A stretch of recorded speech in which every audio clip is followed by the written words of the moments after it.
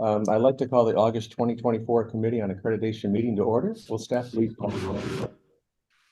Allison Leggett, Augustine Cervantes, Allison Leggett. She's connecting.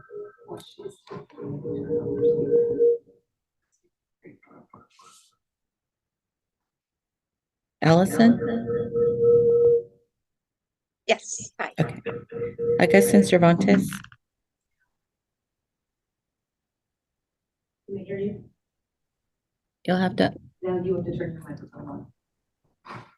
my mic is on. Can you hear me? Ann Jones, Present. Katrina Chakowski, Patrick McKee, Here. Bob Fraley, Here. Alan Hallis, Here. Mike Hillis, Here. Malika Bryant, Here. Jason Lee, Juliana Sykes, Here. Kevin Taylor.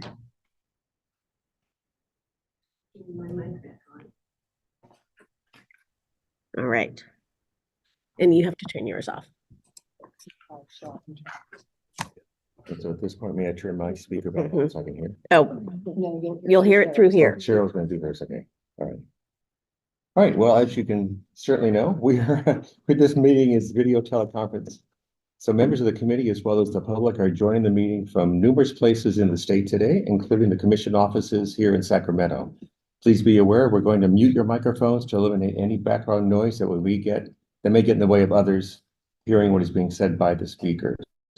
The meeting is being recorded, and after the meeting ends, the archived audio and video will be available on the commission's website.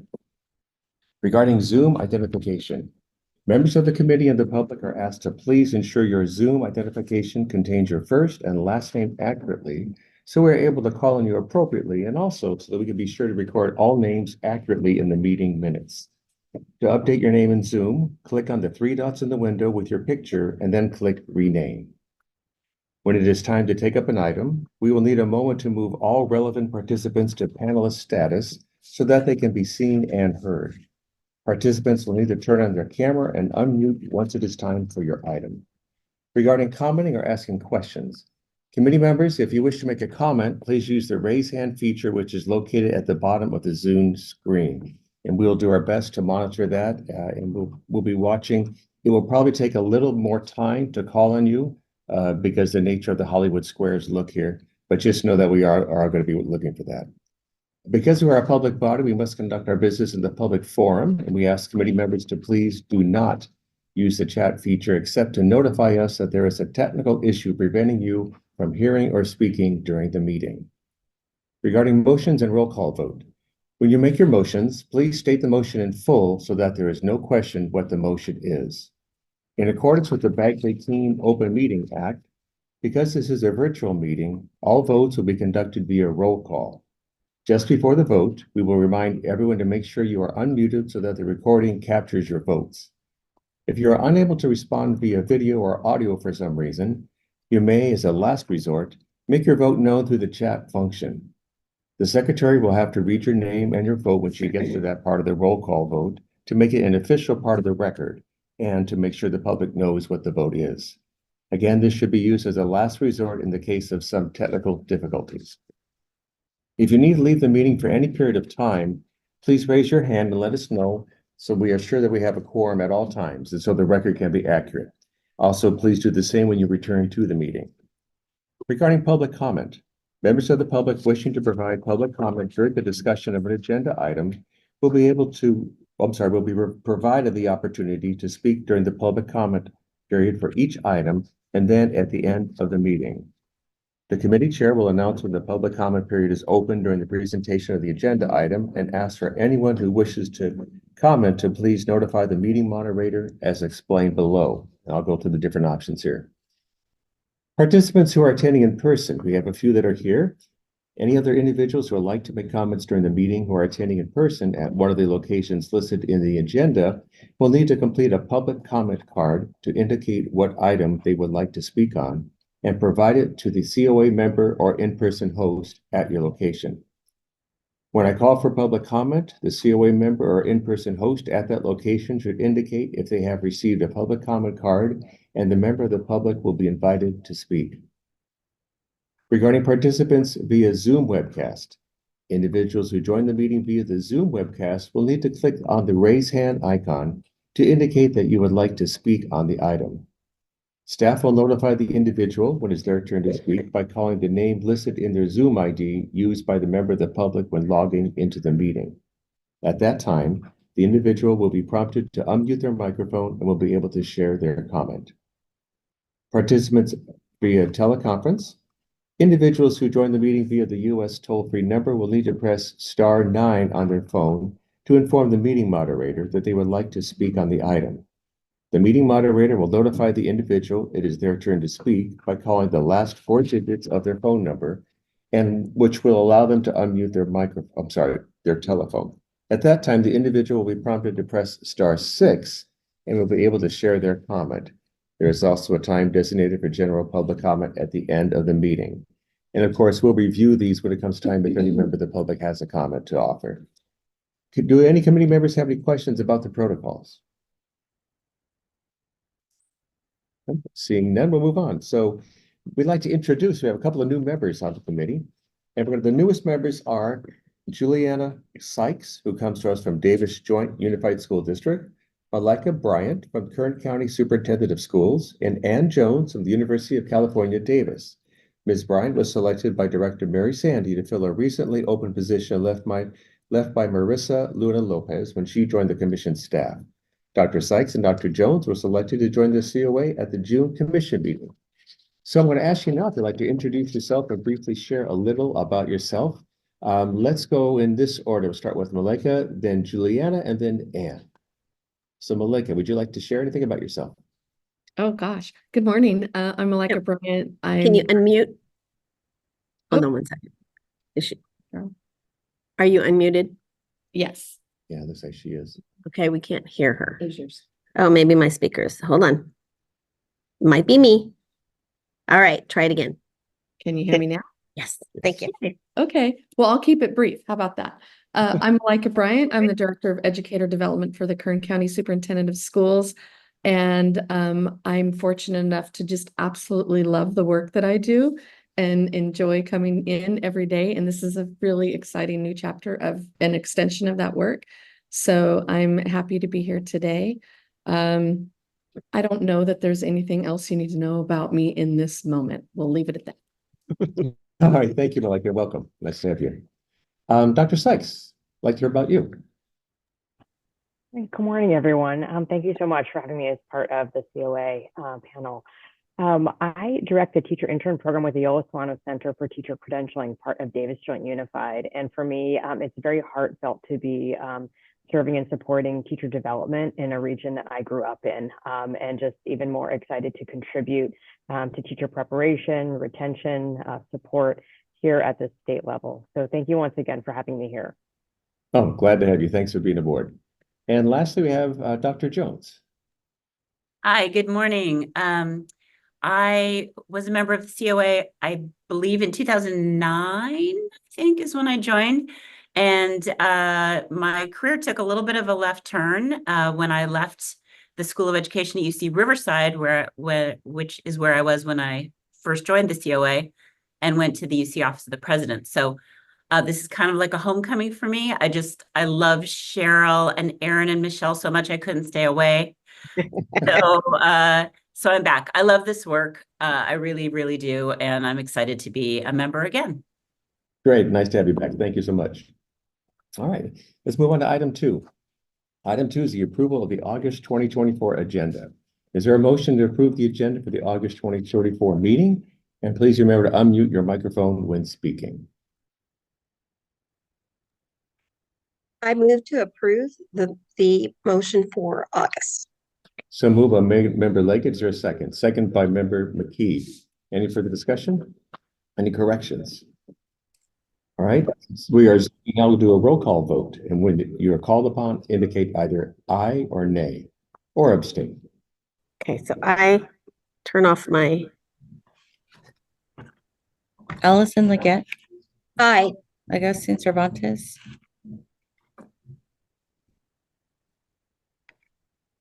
Is he not here? he's there. Oh, yes. Need to unmute. Abstain. Can you hear Patrick me? McKee, yes. Aye. Bob Fraley, Aye. Alan Hallis, Aye. Mike Hillis, Aye. Malika Bryant. I actually have a question. Sure. Since I wasn't here, should I abstain? This is just the agenda. Yeah, so if this being the agenda, you wouldn't have to abstain. Okay, aye. And Juliana Sykes. Aye. I think you abstained. He did, Yeah, but it's the agenda. yeah. Okay. I think we're good. Okay. Michelle? Are we Okay, good? so moved, and so it's all approved. Let's move on to item 3. And thank you for your patience as we go through it this way. Hold on. Just, Item three. Wait. We have a question. sorry, I didn't get called. Oh, We got right. Ann Jones. Aye. Thank you, Ann. Anybody else that we missed? Bob, real quick, was this approval of the agenda or the minutes? Sorry, I might have gotten that crossed. Oh, no, you're fine. It's approval of the agenda, so you can be A or D. I approved the agenda. Wasn't here for the minutes, so I was abstaining from approving the minutes. Okay, No great. worries. That's Sorry for next. confusion. All right. So we are on to the minutes of the prior meeting. Is there a motion to approve the minutes of the June 2024 meeting? Who's not in attendance at that meeting to abstain? And first, before we do that, are there any members of the public that wish to comment on the item?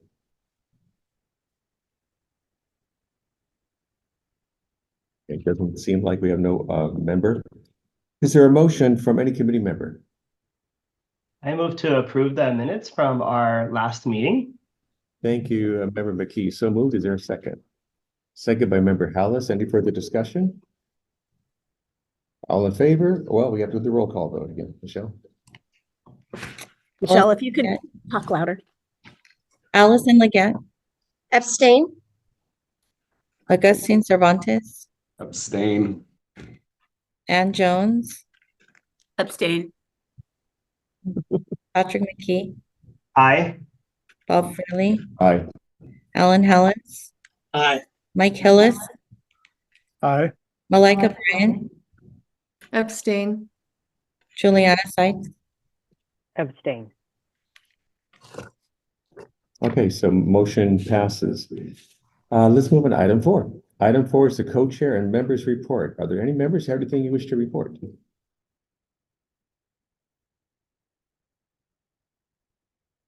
Quiet summer so far, okay. Seeing nothing, we will move on to item 5. So item 5 is the first order of business here is a program approval recommendations.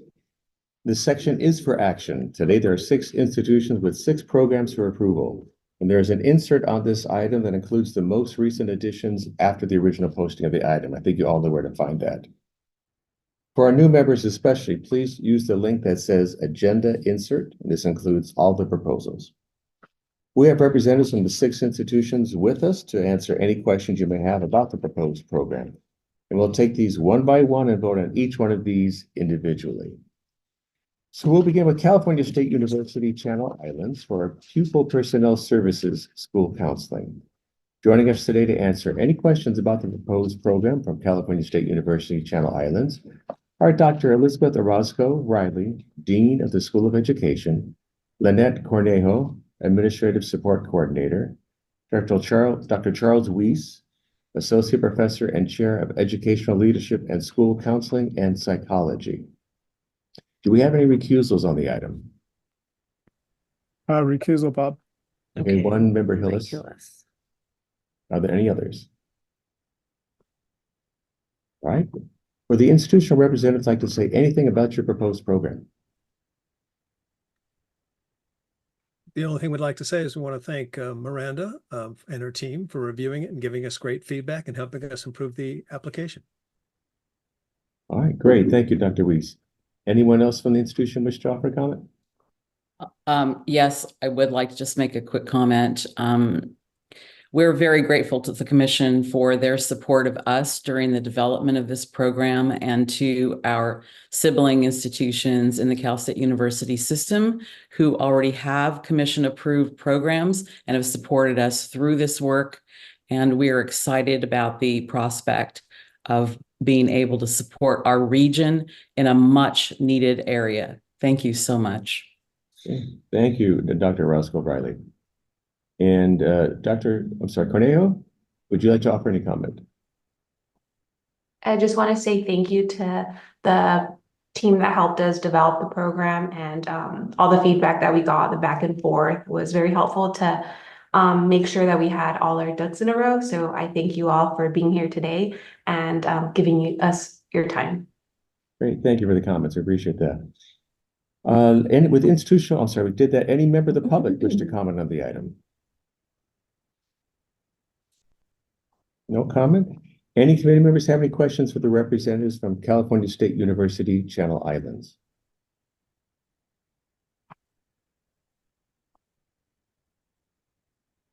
All right, seeing no hands, is there a motion to approve the Pupil Personnel Services School Counseling Program for California State University Channel Islands? And remember, just as a reminder, when you make the motion, just state the motion in full. I move we accept the Pupil Personnel Services School Counseling Program for the California State University Channel Islands. Thank you. So moved by Member Hallis. Is there a second? I second it. Was that Dr. Jones? Was that you? Dr. Leggett. Dr. Leggett. Leggett? Okay, there you go. Sorry. Thank you. Any further comment? All right, we'll show you this roll. Allison Leggett, Aye. Augustine Cervantes, Aye. Ann Jones, Aye.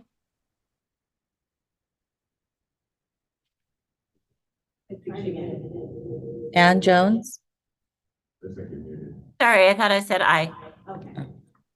Patrick McKee, Aye. Patrick McKee, Aye. Are you able to hear me? It's aye. okay. Alan Hallis, Aye. Malika Bryant, Aye. Juliana Sykes. Aye. Aye. And Bob Fraley. Thank you. Aye. All right, so congratulations, motion carries. Congratulations. Thank you for joining us. Thank you. Have a great day. Next up is the proposal from Vanguard University for pre-K to 3 early childhood education specialist instruction credential program. And joining us to answer any questions you may have about the proposed program for Vanguard University are Dr. Jeff Hittenberger, Dean of the School of Education, Dr. Sun Chun Burbank, Chair of Early Childhood Education, and Cayenne Albello, PK-3 ECESI Credential Program Coordinator. Are there any recusals on the item?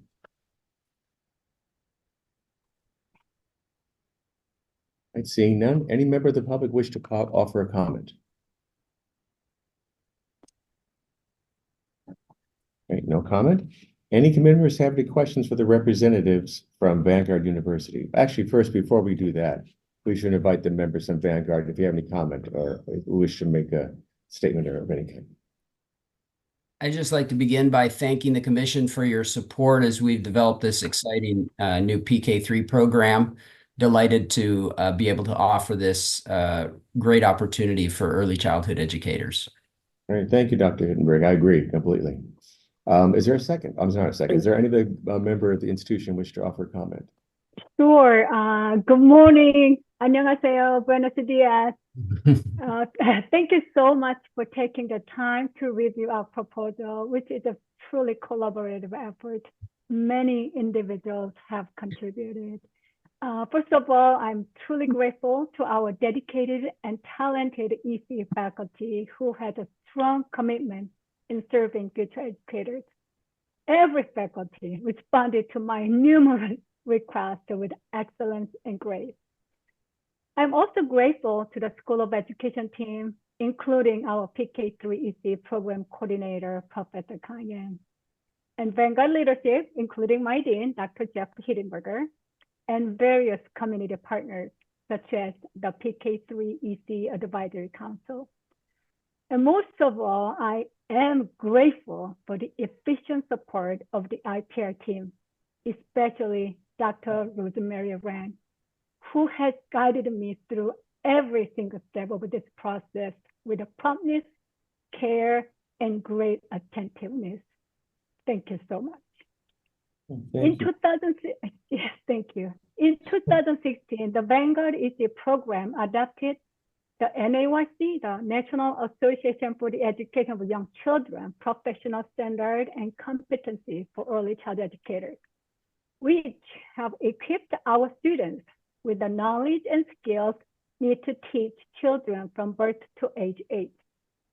Building on this foundation, the IPR process has ensured that our program is fully aligned with the standard foundation and frameworks set by the CTC to prepare future PK3 educators. Our program is thoughtfully designed, especially for the working EC professionals and then transfer students from California community colleges to recognizing and accommodating their unique needs. We are confident that our program will serve as a strong pathway for them to become loving and impactful PK3 educators, helping young children to actualize their full potential and supporting their families, communities, and the world. Today, I humbly ask you your full approval of our proposal. Thank you. Thank you, Dr. Chumberbrand. Thank you so much. Ms. Albello, any comment you wish to offer? I just want to, first of all, thank Dr. Chun Burbank and Dr. Hittenberger for the opportunity to collaborate on this project together. I also want to thank all of you for coming early this morning in the summer and being so willing to donate and give your time, and just to share our enthusiasm about this new credential. We're just excited that this credential is given the opportunity for new teachers. Thank you. Thank you. All right, any committee members have any questions for the representatives from Vanguard University?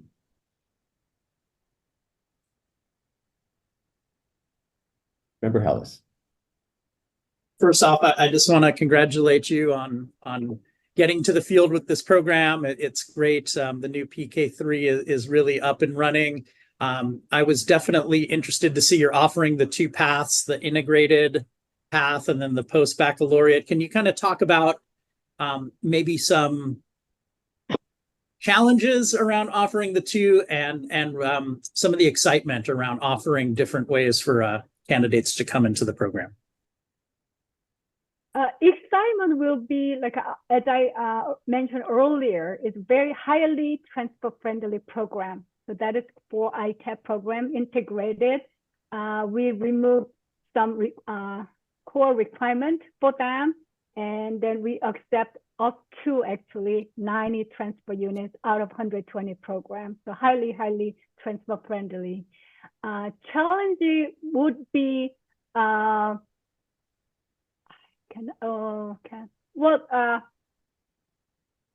the fifth-year program students might be a little mature than ITAP program, although California community college students and EC especially field of students' age is higher than traditional undergraduate students, but still there's some knowledge gap. However, in ECE strongly believe peer learning. Like in a classroom, like a Montessori, they advocate for multi-age classrooms. And I apply that theory, the model into college setting. So there are some, students, even though, we learn from young children. When I was preschool teacher, I learned from our young children, my, preschool kids. And I believe the same thing happened to our adult learning community. Did I answer your question? Yes, thank you very much. Thank you for the question. Member Cervantes. Kudos just on getting a program going. Definitely appreciated the coursework and fieldwork experience connection and having a theory-based practice approach. And to that end, with a new credential, it's always a question. It's a challenge that we find in all credentials is finding appropriate and well-prepared supervisors, mentors, etc. Could you share maybe with the group on some insights or thoughts around how you're selecting these individuals, training them, vetting them, etc., considering that it's a new credential altogether and that the entire state is trying to figure this out? Well, thank you so much for the question. It's very thoughtful. That shows you really look at my program, and I truly appreciate that. Fortunately, Vanguard just got full CTC accreditation for our multiple and single subject credentials. So we all do have fully trained staff, and especially especially we have a teaching credential placement coordinator. So we do have a lot of experience in partnering with the local school and then recruiting and training mentor teacher and university supervisors. So we are highly comfortable to take care of that area of need. Thank you. You're welcome. Member Mickey. I also want to commend this program and Member Hallis. You said exactly what was on my mind and the question I asked, but one thing as others are developing programs out there, you realize that many of the people that are probably going to join your program are working professionals. And I think that's the key to the PK3 early childhood credential is how do we draw from maybe classified staff and other staff members who are out there wanting to move into this area. So I just want to, I was also intrigued when I was reading about the baccalaureate, how you combined it, but also gave an alternative as well. And I think really to be commended of looking at diverse pathways for the candidates as well. So kudos to you on developing this program and thinking outside the box and being innovative. Thank you. Appreciate your kind comment. Thank you. Any other committee member wish to offer a question or comment? I see. Member Sykes. I just want to comment. I mean, this is a new credential area for the state, and I feel like your data point on the demonstration of need like really clearly points to how critical it is for local programs to develop this credential area to serve the school districts that will be increasing their TK classes. So again, just want to really commend you for putting this credential program pathway together in the way in which you've designed it. Thank you so much. I thank California recognizing the importance of early childhood education and their working professionals in the field. Great question and great comment. Thank you. Any other comment or question from committee members? All right, seeing none, this is an action item. Is there a motion?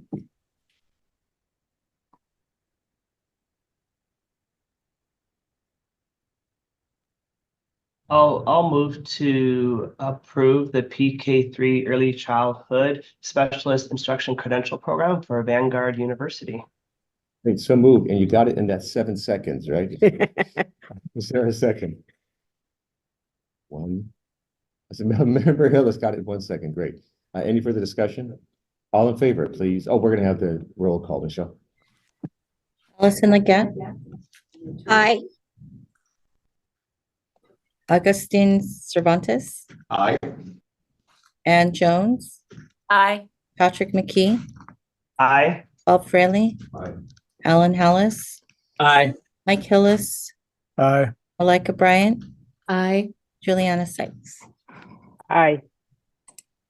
Motion carries unanimously. Congratulations both for the work that you did in preparing for the program and moving forward with this important and vital program. So congratulations. We're looking forward to a great return from it. Thank you so much. Thank you so much. Yeah, thank you. Have a great day. Thank you. All right, the next program is Arcadia Unified School District for a Clear Administrative Services Credential Program. Wait, is We're gonna it? see Yeah, if we- you're right. Sorry. Joining us today to answer any questions about the proposed program for Arcadia Unified School District are Dr. Andrew Mendoza, Coordinator of Instructional Integration, and Ms. Patricia Matera, Director of Instruction, Curriculum, and Assessment. Are there any recusals?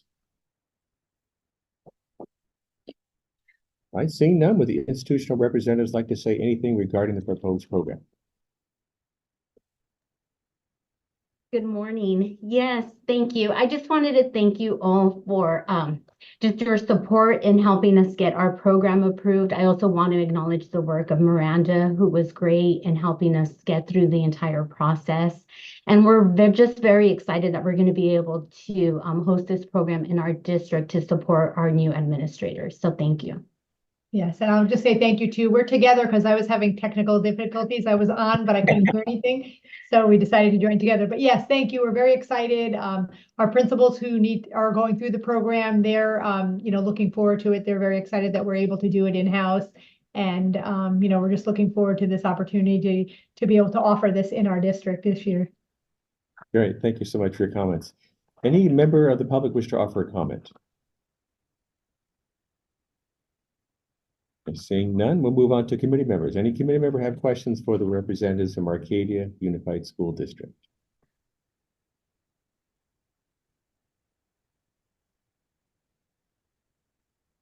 All right, seeing none, is there a motion to approve the Clear Administrative Services Credential Program for Arcadia Unified School District?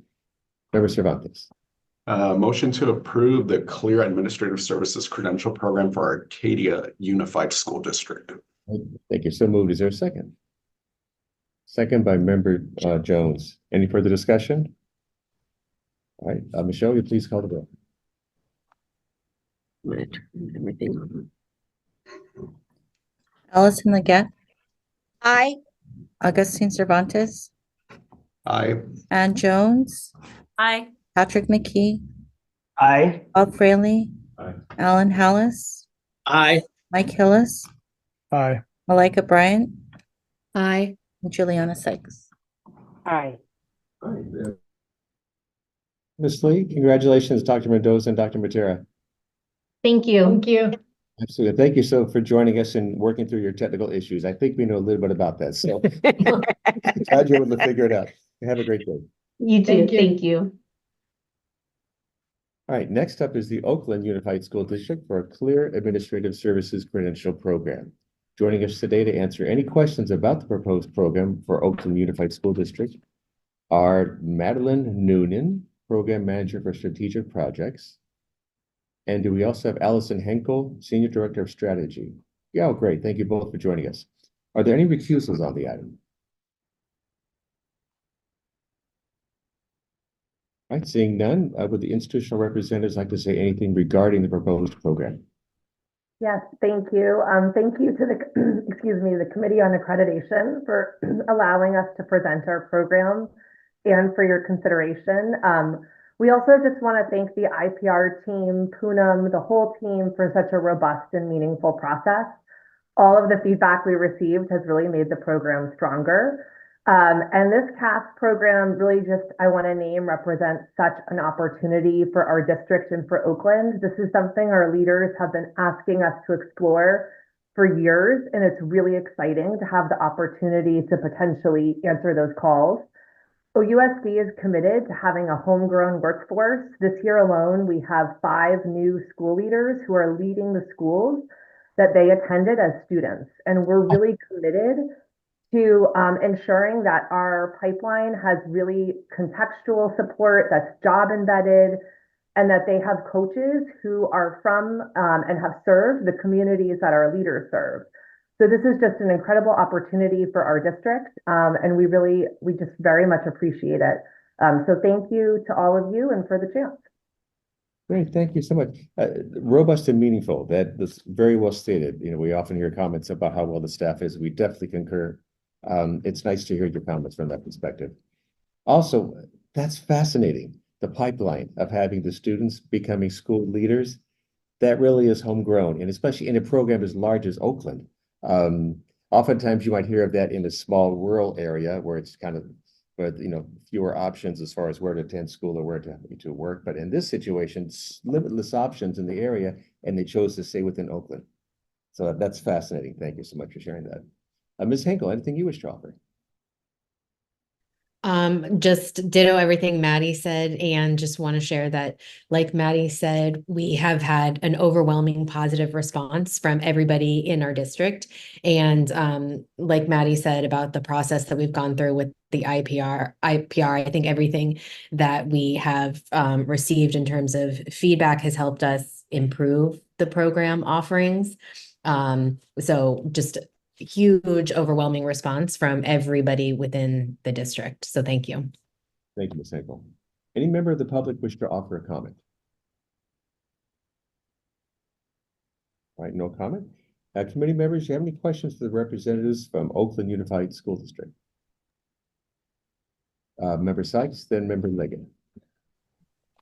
First of all, thank you so much for putting this together. A question I have is, given other task programs within the Bay Area, what might be some of the ways in which you will attract, internal aspiring or current administrators to, engage within your program, and what differentiates the program from other programs in the area to keep, the pipeline coming in? Thank you for that question. It's a really important one, and a reason that we really considered this carefully, because we do have many local options. One thing about our program is that it's tuition waived. Like so many places across the state, the cost of living in the Bay Area is high. It is a major barrier to us retaining our homegrown workforce. So I think for us, removing any barriers in the form of cost was paramount and something we heard from our leaders. The second is that our coaches are former Oakland Unified School District leaders themselves. And something we really heard, we have so many high quality options, but what we really heard from our leaders, site leaders and central office leaders who were going through the process of clearing their credential, was the value of having someone who understands the Oakland Unified context. And so having coaches who understand our system and our community, we have 80 schools in our city. And they are incredibly diverse, which is an asset, but having coaches who understand that feels also very important. Finally, there are things about our system that, as in any system, are unique. So being able to tie the capsules to the job that our leaders do on a daily basis, to our leadership standards in our district, feels like an important opportunity to sort of synchronize their learning while they're on the job in a very challenging context. I hope that answers that question. Yes, it does. Thank you so much. Thank you. Member Lincoln. Yes, again, commendable, commendable, commendable. I particularly love how you do have that opportunity for those leaders within the community to apply for and actually be school leaders. I'm a bit familiar with the Oakland city and understand that there are very specific, as you mentioned, very specific needs within that community. I love the fact that you remove the barrier in regards to tuition, which is absolutely wonderful. But as we understand, that area has some potential issues that are different from maybe outlying areas such as Berkeley and San Francisco. How would your program differ a little bit from those types of unique challenges and opportunities? How is your programs, how does that differ? That's a great question. So when we designed the program, we really thought about how the capsules actually speak to sort of the course of the year in Oakland Unified School District, and some of the tasks of our leaders that are unique when it comes to our evaluation system, when it comes to the operations and organizations that they're actually asked to take on around school resources and policy that are distinct from other districts such as Berkeley and San Francisco. And so we thought about what are basically what is the professional learning sequence that can actually tie the capsules to the parts of an Oakland school leader's job that are unique from other districts, and how can we ensure that their monthly cohort time actually makes that tie explicit, that they get some development around it, and that coaches can actually coach in and observe around some of the structures in Oakland that are unique to our district to give those leaders feedback on that. Allison, I don't know if there's anything you want to add. No, I think you said it, and I think you said it earlier when you talk about the synchronization between our leadership standards, the capsules, and the job and the coaching. That it's just all synchronized so that the leaders are really getting the support they need. That might be unique and different, and that they might not get in another program that's serving leaders across the Bay. I'll also just add two more things.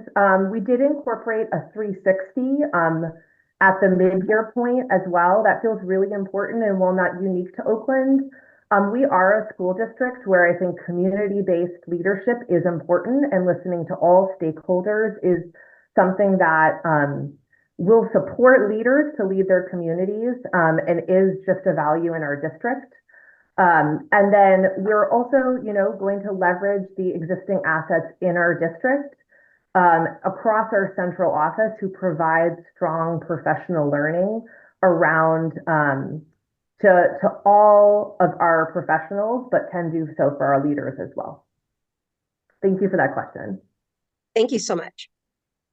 Thank you. Any other questions? Member Cervantes. First and foremost, kudos. Thank you for putting a program like this together for your practitioners. You mentioned the 360, the community-based leadership, professional learning. There is a self-assessment from what I read. You also mentioned other assessments. I was curious just to get some insights on what those other assessments sort of look like as part of the cadence of the preparation. And then number two, any connections you might have with your local Cal States or university partners near the area, considering that teacher preparation happens at these different levels, right? Just to ensure there's strong alignment. We know that many of our local teachers go through local public universities many times to get their credentials. Just was curious as to any connections there for even just to do a little baseline setting, alignment, and so forth.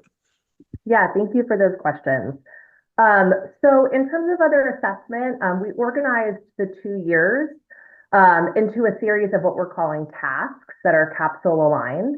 And so for each, the leader, after they get some development, will actually engage, their coach will observe them, give them some capsule aligned feedback and ratings, and then together, I believe it's 3 times a year, it might be 2, I'd have to look back, but the coach and the candidate will meet with another coach candidate pair, look at their feedback and give one another feedback. So that as they're moving towards those benchmark assessments at the end of year 1 and the summative at the end of year 2, there's a number of sort of checkpoints along the way where they can get feedback, not just from their coach, but from a peer and another coach. And so that there's also a number of feedback points. So that's the assessment structure that we're speaking to. And I really appreciate that question about just all of the wealth of opportunity that we have for collaboration in the Bay Area. There are so many university partners.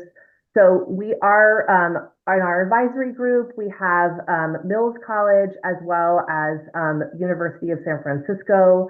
And informally, I think we've been in touch with a number of our partners, including our we have a lot of leaders coming in from CSU East Bay. We have a robust teacher induction program in our district and are very open and want to continue to learn from all of our partners for what the best practices are and how there can be synchronicity and sharing of best practice across our programs. So it's something we are striving to do and will continue to. I'll also just name that we went to visit San Francisco Unified's Clear Admin Service Credential Program and have learned a lot in addition to from them, from Los Angeles Unified, Long Beach, Fresno, Fairfield Tyson, so other Clear Admin Service programs across the state who are doing this work in-house have been very generous with their time in addition to our university partners as well. Allison, is there anything you want to add and I thank you for that question. No, as you were giving the list of other districts we've learned from, I was also thinking about Orange Unified and Sacramento. When we went to the induction conference last year, we learned so much. So what Maddie was referencing at the beginning about assessments, we got really great ideas and continued to follow up with those other school districts and learn from them as well.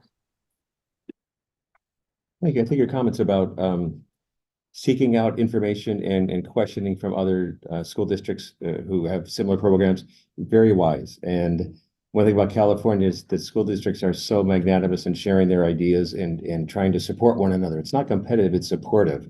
And I think that that's one of the wonderful things about California. I think that somehow often is not stated. And I think the fact that you just brought that up is a perfect example of how that support for one another can manifest itself in a great program like this. So thank you for bringing that up. Any other comments from questions? Yeah, Member Hillis. Again, just to affirm everything that you guys have said has been great. I did have one small question. When I was looking at your org chart, I noticed that the director of this program is directly reporting to the director of, I think it's strategic partnerships, whereas the director of the teacher induction has a different report. And I was just curious why that choice was made and if that would change in the future. Maddie, do you want me to speak to that? Thank you. So Maddie's the director of the program and I'm the director of strategic projects. It's just my title and talent.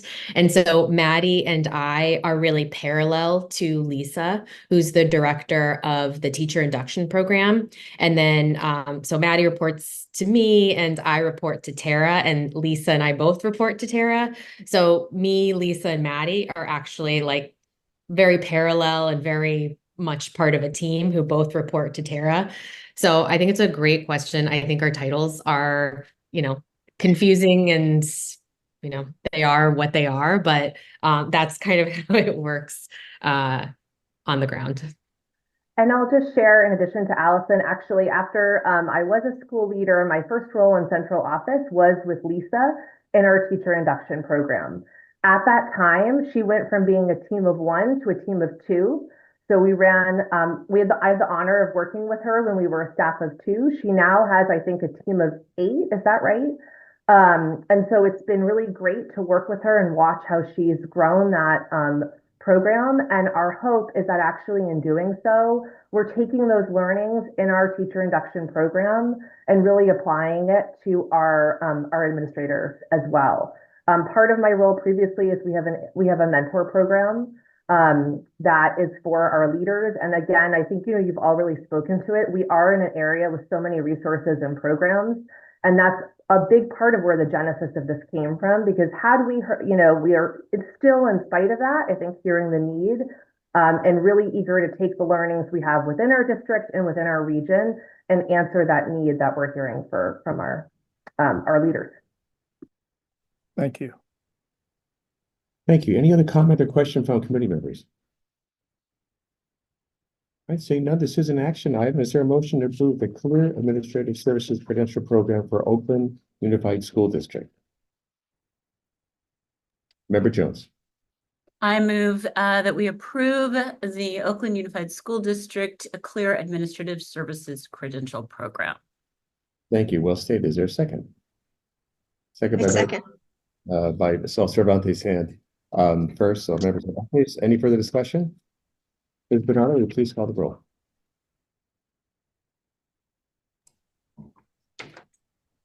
Allison Leggett, Aye. Augustine Cervantes, Aye. Ann Jones, Aye. Patrick McKee, Aye. Bob Fraley, Aye. Alan Hallis, Aye. Mike Hillis, Aye. Malika Bryan, Aye. Juliana Sykes. Aye. All right, motion carries unanimously. So congratulations to both of you, to Ms. Noonan and also to Ms. Henkel. Thank you for joining us and looking forward to great things with your program moving down the road. Thank you. Thank you. Have a great day. Ms. Sullivan, did you wish to comment? Yeah, I just wanted, before we lose all of these wonderful representatives from these newly approved programs, I just wanted to speak to the fact that you've just been through a program approval process. You have a really unique understanding and a very recent understanding of what it means to create evidence and to receive feedback and to respond to that feedback. And I just would be remiss if I didn't take the opportunity. I was inspired as I was listening to all of this. We may have lost our friends from CSU Channel Islands and Vanguard and Arcadia, but if you're still here, and for our friends from Oakland Unified and the other institutions, I would just encourage you to consider being a reviewer now of programs. If it's not a huge time commitment, and we always need reviewers, particularly PK3. So our friends at Vanguard, I'm looking at you. And you don't have to go on a site visit, but we have a lot of opportunities when we have a need. So if you are interested in sort of giving back now after having been through this process, I would just encourage you to let us know. So that's all. I just wanted to plug and do a little recruiting. No problem. Good timing for that. Thank you, Ms. Sullivan. Appreciate things. The next program, and let me back up a little bit. If you can do the review process, and a number of the committee members here have done that, it is such a rewarding process. Yes, it's a lot of work, but having the insight that you do, especially having just gone through the program, it puts you in a great position to be able to offer advice to others. And the review process is advice driven. It's supportive. It's not punitive. The idea is to help. And you hear everybody coming on from the programs commenting about what support they're getting from the staff of the CTC and the reviewers. And that's exactly what the whole process is. Multi-level effort to help. So if you can get involved, we'd love to have you be part of the process. It is a team effort. So the next program is University of Southern California for a Child Welfare and Attendance Authorization to an existing Pupil Personnel Services School Counseling Program. And when you make your motion, you'll have to state that exactly. Joining us today to answer any questions about the proposed program from the University of Southern California is Dr. Marcia Bovea Riccio. Did I say that correctly? You did very good. Okay, thank you. I love your sweatshirt. Associate Professor in USC Rosier School Counseling Program Lead. Are any recusals on this item? Recusal, Dr. Allison Leggett. Thank you. Member Leggett, one recusal. All right, see none. Are there none others with institutional representative? Dr. Riccio, would you like to offer any comment?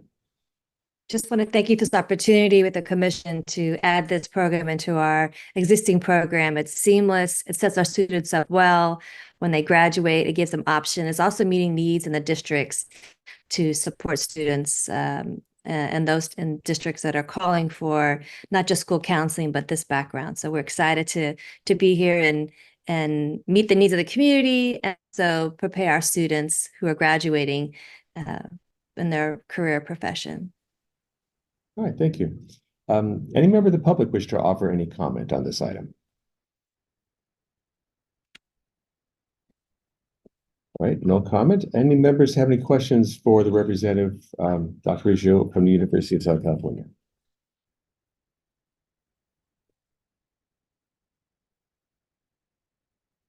All right, seeing none, is there a motion to approve the Child Welfare and Attendance Authorization for University of Southern California?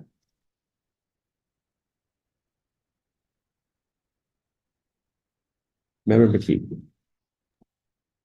I move to add the Child Welfare and Attendance Authorization to the existing Pupil Personnel Services School Counseling Program for the University of Southern California. Bravo, well stated. Is there a second? Member Hallis, any further discussion? Ms. Bernardo, will you please call the roll? Augustin Cervantes, Aye. Ann Jones, Aye. Patrick McKee, Aye. Bob Fraley, Alan Hallis, Aye. Mike Hillis, Aye. Leica Bryant, Aye. Juliana Sykes. Aye. All right, motion carries unanimously. Congratulations, Dr. Riccio. Thank you so much, Commission. And thank you. Thank you for joining us. Have a great day. Thank you. All right, and we have next is National University.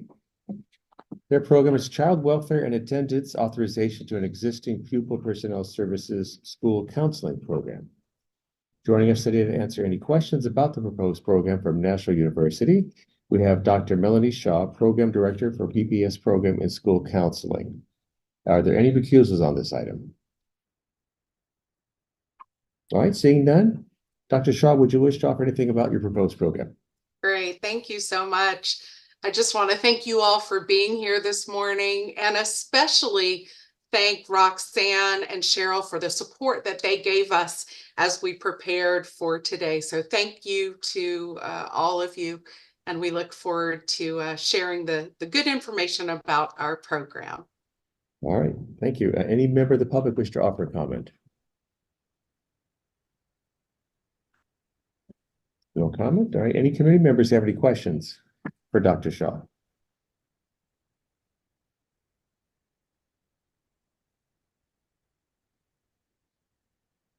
All right, seeing none, this is an action item. Is there a motion to approve the child welfare and attendance authorization for National University?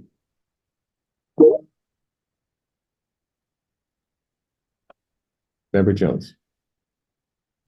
I move that we approve adding a child welfare and attendance authorization to an existing pupil personnel services school counseling program at National University. Well done, well stated. Is there a second? I second it. Thank you, Dr. Leggett. Any further discussion? Ms. Bernardo, please call the roll. Allison Leggett, Aye. Augustine Cervantes, Aye. Ann Jones, Aye. Patrick McKee, Aye. Bob Fraley, Alan Hallis, Aye. Mike Hillis, Aye. Malika Bryant, Aye. Juliana Sykes. Aye. All right, motion carries unanimously. Congratulations, Dr. Shaw. Thank you. Thanks, everyone. And love the background. That's awesome. So go have a great day. Thanks again for joining us. All right, we are moving along. We're now into item 6. How are we doing on time? We're good. Item 6, the report of program status changes. And there's also an insert for this, so be sure you're using that document as well. This item is divided into 2 parts. Part 1 includes items for action by the COA, and Part 2 are items for formal notification, which do not require COA action. There is a Part 1A and C to act upon, and Part 2, D, and E for notification only. Starting with Part 1, Sections A, B, and C. Part 1 for COA action items include request to withdraw, request to reactivate inactive programs, and/or request to add a new content area to an existing program.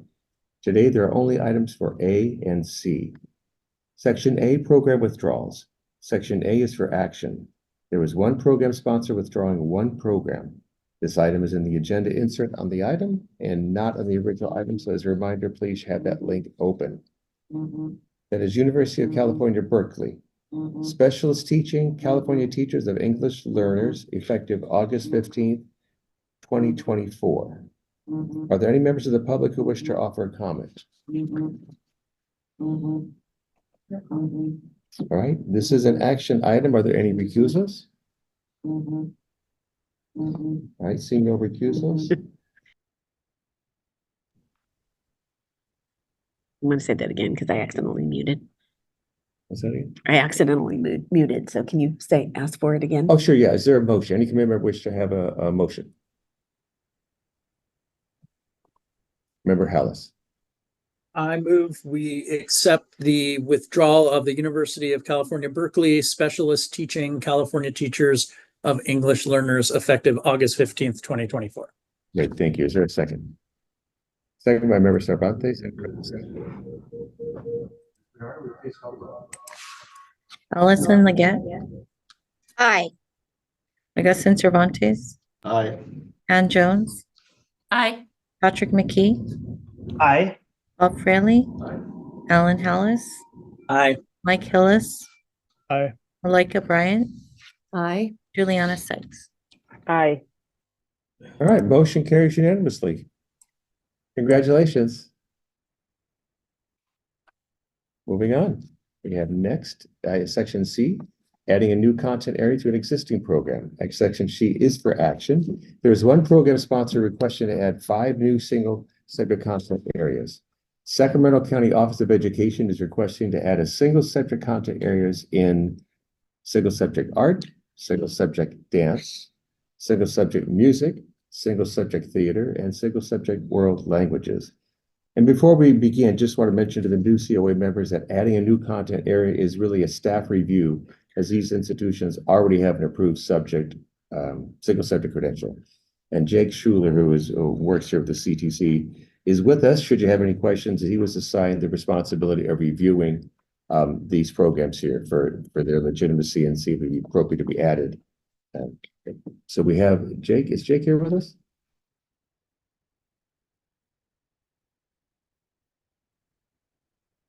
Okay. So he's not here. So They're moving him in. Oh, he's coming in. Okay, great. In case there's any questions. Sure. Yeah, absolutely. And we look like we've been joined by Dr. Taylor, or was he on earlier? Yeah, no, he wasn't here earlier. Okay. Kevin, we just saw you pop in, Dr. Taylor. Member Taylor, where are you? There he is. There he is. Great. Good to see you. Thanks for joining us. And Jake Schuler, Mr. Schuler, thank you also for being present here for us. We have representatives from Sacramento County Office of Education are available for any questions you may have about the program. We have Ben Odell, Director, School of Education Intern Program, and Dr. Jaime Bonato, Coordinator, School of Education Intern Program. And since this is an action item, are there any recusals? All right, seeing none. Next is the public. Any public member of the public wish to offer a comment? Oh, no, thank you. We can get opportunity to ask any questions you wish to ask committee members, any comments, questions that you may have.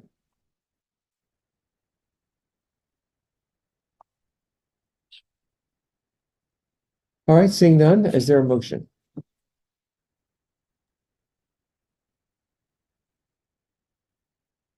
Augusta. Well, we actually, before we Augustine. do that, I guess we could give an opportunity since we have members of the Sacramento County Office of Education with us. Any member from the county education office wish to offer any comment?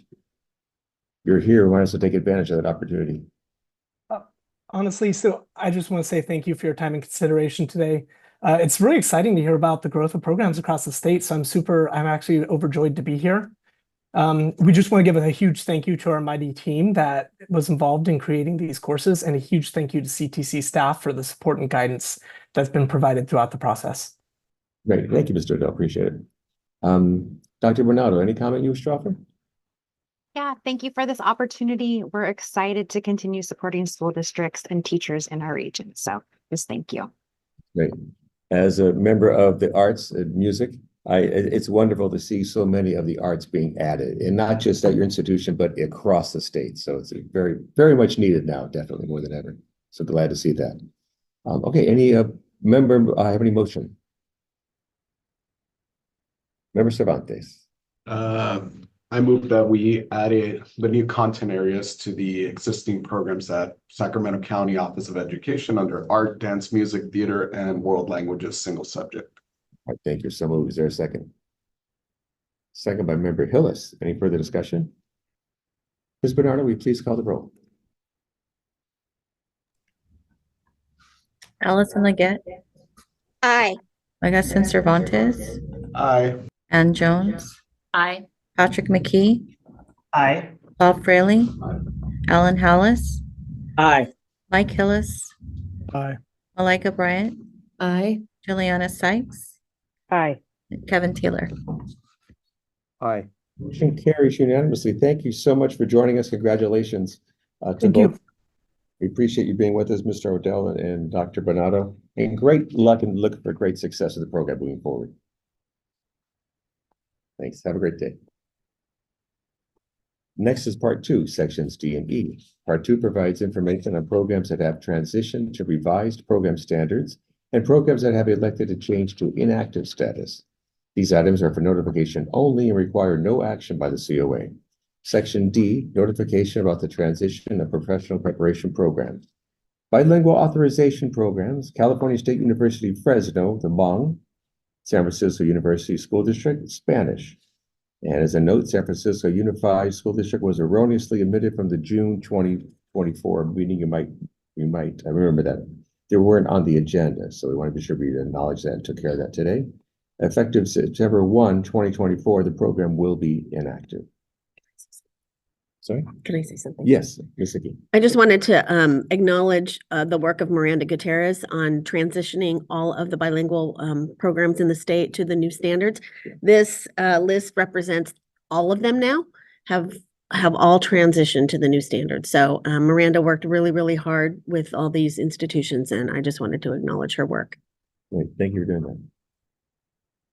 All right, so section E, then programs moving to inactive status. There are no programs moving to inactive status at this time.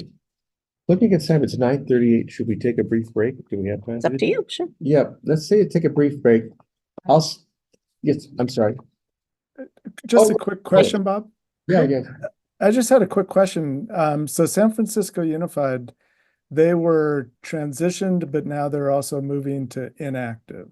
Yeah, it's a little confusing, but yes, they're actually going inactive. So, but Okay, we so should that be under E or does that not? I was just confused on what was actually happening. That's a good question. Yes, you're right. That probably should be under I think we did the inactive part at the last meeting. It was confusing because they had stipulations. I don't know if you recall, they had stipulations. We made them complete the addressing of the stipulations before they went inactive because we needed to deal with that. So they transitioned, we were able to remove the stipulations and they're going inactive. So it's sort of a threefold thing. Yeah. But yes, thank you for noticing that. Thank you. Yeah. We'll fix that. Great catch. Thanks, Brian. All right, so let's take, I'm gonna say 5, but knowing us, it'll be 10. So we'll take 5 and I'll see you in 10 minutes. So we'll reconvene then. Thank you.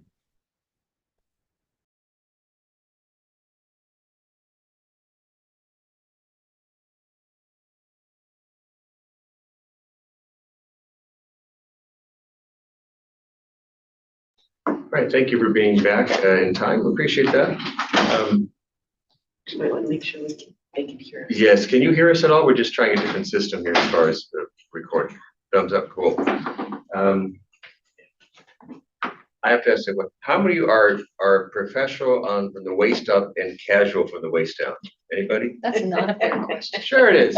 Sure it is. I was tempted to go ahead and wear my sport coat and then put my shorts and flip flops like I used to do on Zoom, but I felt walking through a state building may not have been that wise. So, but anyways, thank you for being all here. We're going to look at item 7. Item 7 is the initial program approval for new program sponsors, Charter School of San Diego. Consultant Hart Boyd will introduce the item, and joining him today to answer any questions you may have are institutional representatives Catherine Brambo, Dean of Academic Affairs and Alta Studies, and Veronica Radke, Human Resources Administrator. Anyone need to recuse himself? I don't see, is Hart on? There he is. Okay. And the institutional, there's Veronica. We have, I see Catherine, right? Looks like we got everybody. Okay, great. Mr. Boyd, when you're ready, will you please begin? Yes, thank you. Before we get into the item, I thought it'd be beneficial to provide a brief overview of the initial institutional approval process since we have a couple of new committee members attending today. If you'd like to, you can turn to page 3 of this item to look at the initial institutional approval chart to get a sense of the process. Initial institutional approval, or IIA, was developed as a multi-stage process with built-in safeguards or decision points at the conclusion of each stage. The intended purpose of these decision points is to ensure that each prospective program sponsor demonstrates a commitment and thoughtful approach to addressing each of the stage's requirements as they move through the process. As you will see detailed in the IIA process chart, the requirements and responsibilities grow for the institution as they progress through each stage. Stage 1 requires an institution to attend an Accreditation 101 session where the requirements of the IIA process are detailed. Additionally, institutions of higher education must provide evidence of regional accreditation by one of the 6 approved regional accrediting bodies, and local education agencies must provide evidence of governing board approval. Stage 2 requires an institution to provide responses to the 12 eligibility criteria and the initial program preconditions. These responses show the prospective program sponsor's potential capacity to successfully run their proposed program, in addition to demonstrating a need for the program in the specific service area and showing collaboration in the design of the program. The responses are reviewed by staff through an iterative review process. At the conclusion of stage 2, the commission determines whether or not an institution is even eligible to continue moving forward with the IIA process. Stage 3 requires an institution to provide responses to the common standards in order to determine alignment. These responses must show the institutional infrastructure and support that will be in place for the proposed programs. A review team of Board of Institutional Review members reviews these submissions through an iterative review process. Once the reviewers have determined alignment, the institution is brought before the commission for consideration of provisional approval. If the commission grants provisional approval, it will be for a period of 2 to 4 years, and the institution may continue on to stage 4. It's important to note here, however, that even though the institution has received provisional approval as a program sponsor, the institution cannot yet operate their proposed programs because the proposed programs have yet to be approved, which comes in stage 4, which requires the institution to provide responses to the program-specific preconditions and the program standards, which are generally concerned with compliance and program quality and effectiveness. The preconditions are reviewed by staff, and the program standards are reviewed by a team of BIR members through an iterative review process. Once the preconditions and program standards are determined to be aligned, the proposed program is brought before the Committee on Accreditation for consideration of program approval, which is what the following item puts forward. If the COA grants program approval, the institution moves to stage 5 and the provisional approval period begins, and they may begin offering their program.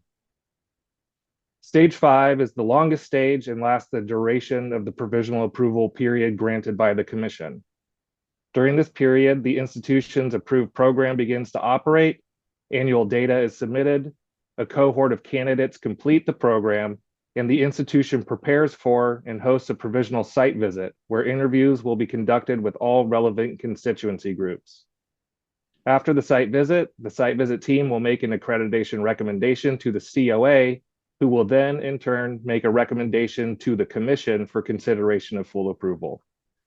If the institution is granted full approval at this point, they will formally be moved from the IIA process and placed in the color cohort and will begin to take part in all regularly scheduled accreditation activities for that cohort, beginning in year 1 of the accreditation cycle. So with that, we can move on to the item. This item presents the Charter School of San Diego's responses to the teacher induction preconditions and program standards for the committee's consideration and possible program approval. A team of 2 qualified reviewers collaborated on a review of the Charter School of San Diego's responses and came to a consensus on a final finding of aligned for all program standards. Additionally, staff reviewed the teacher induction preconditions and have found them to also be aligned. As a reminder, at the conclusion of stage 3, the Charter School of San Diego was granted provisional approval by the Commission at its October 2023 meeting. As mentioned previously, provisional approval only authorizes an institution to offer educator preparation programs, but it is the determination of the COA which decides whether or not a specific program is approved. You will find a hyperlink to the final submission and reviewer feedback on page 1 of this item. Again, joining us today are Catherine Rambo, Dean of Academic Affairs and Alta Studies, and Veronica Radke, Human Resources Administrator. They will both be available to answer any programmatic questions you may have, and staff is available to answer any process questions. Thank you. Thank you, Mr. Boyd. We now invite institutional representatives to briefly comment on the proposed program. So, Ms. Rambo, Ms. Radke, anything you wish to offer? Absolutely. Thank you for your time. Thank you, Commission, for inviting us here today. Big thank you to Hart Boyd. We have been going back and forth for years now. It has been a labor of love and honestly a great privilege for us to be able to create this program to offer to our teachers with no charge to them. They give so much to our students, and just one more opportunity to give back to our teachers. I don't take that lightly in my position. So thank you for being here. Thank you for your comments. Ms. Radke, any comment you wish to offer? Yes, I just want to say thank you so much for your support and guidance as we developed our teacher induction program. And we look forward to the opportunity to support our new teachers as they continue in their educational journey. Thank you, Ms. Radke. Any member of the public wish to offer any comment? No public comment. All right, thank you. Any comment or questions from members of the COA?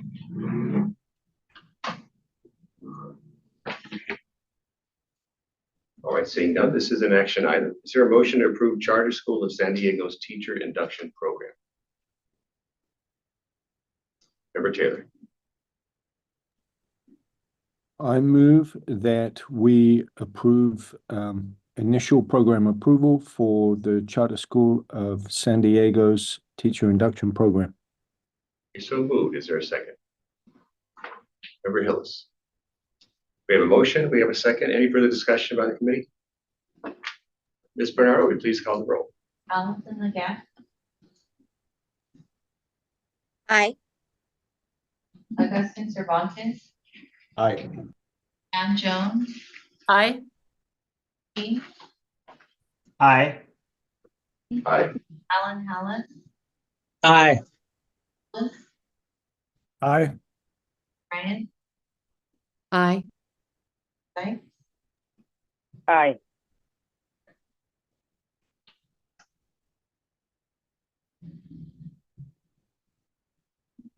Kevin.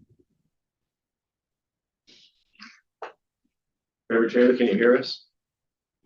Aye. Thank you. All right, so passes unanimously. Congratulations, Ms. Rambo, Ms. Radke. And thank you again for joining us. Have a great day. Thank you, Mr. Boyd, as well. Appreciate your guidance on this. Thank you. Moving on to item 8. Item 8 is discussion of the second quarterly report for Alameda County Office of Education.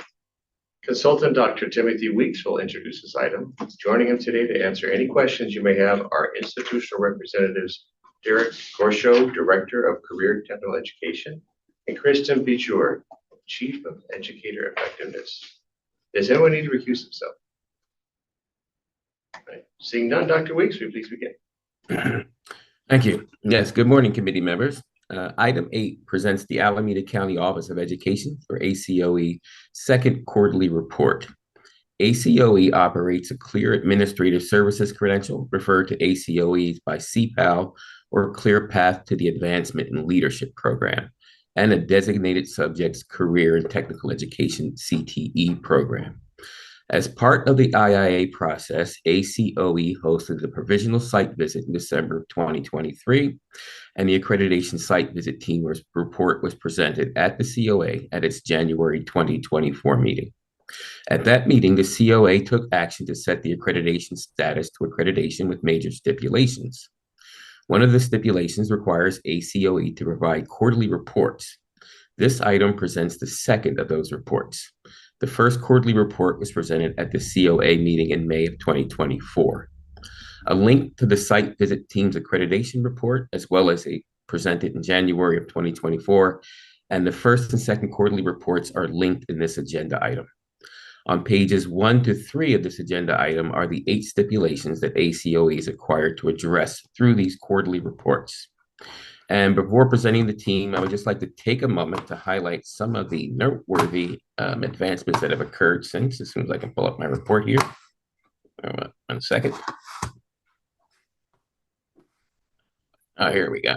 All right. So there have been some recent changes in the structure and hiring at ACOE, which I'd like to just highlight for a minute. And first, under hiring, the CAS program recently hired a Director of Leadership Development.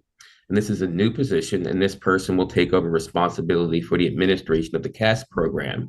And the program director who previously oversaw both CTE and CAS will now only be responsible for CTE.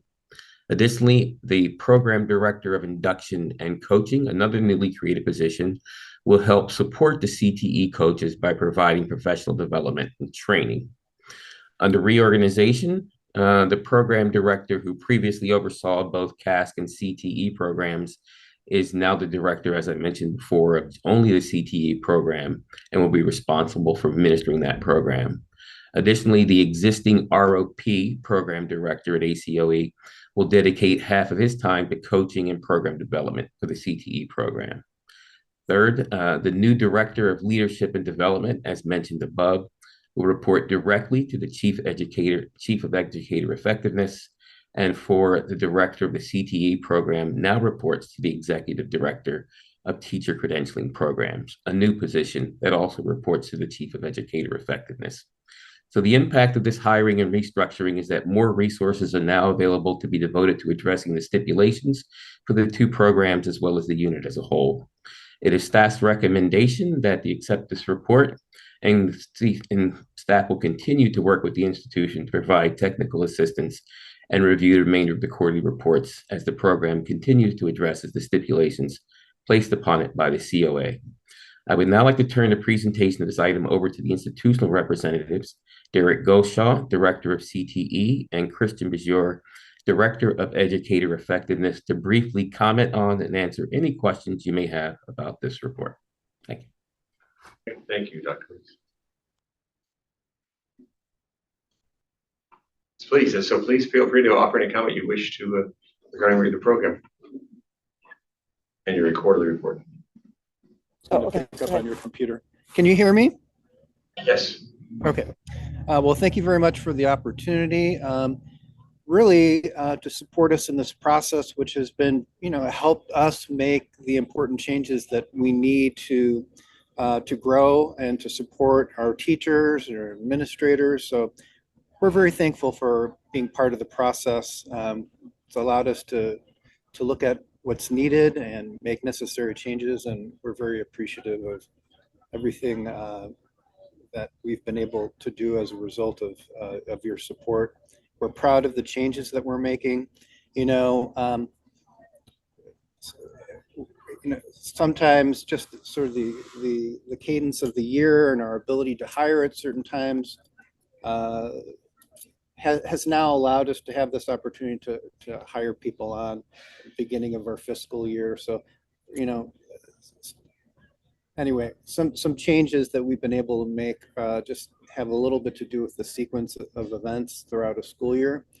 But now we've got people on board. We're making the changes. We're excited about the support that we're being able to provide to our community and our teachers and leaders. And I'll just add that we're rolling. We've got 42 people enrolled in our CASC program, our CPAL program for the coming year, and we have hired 2 full-time leadership coaches to work under our director of leadership development. So we're prepared for, at least in CASC and CTE, to provide. We've also hired full-time instructional coaches to provide instructional coaching to our CTE candidates. So I feel like we're investing a lot in really high quality support for early career educators and leaders, hoping to, through credentialing, produce educators and leaders who are prepared to transform outcomes for the students that we are desperately trying to serve in Alameda County. Thank you both for your comments. Any member of the public wish to offer any comment?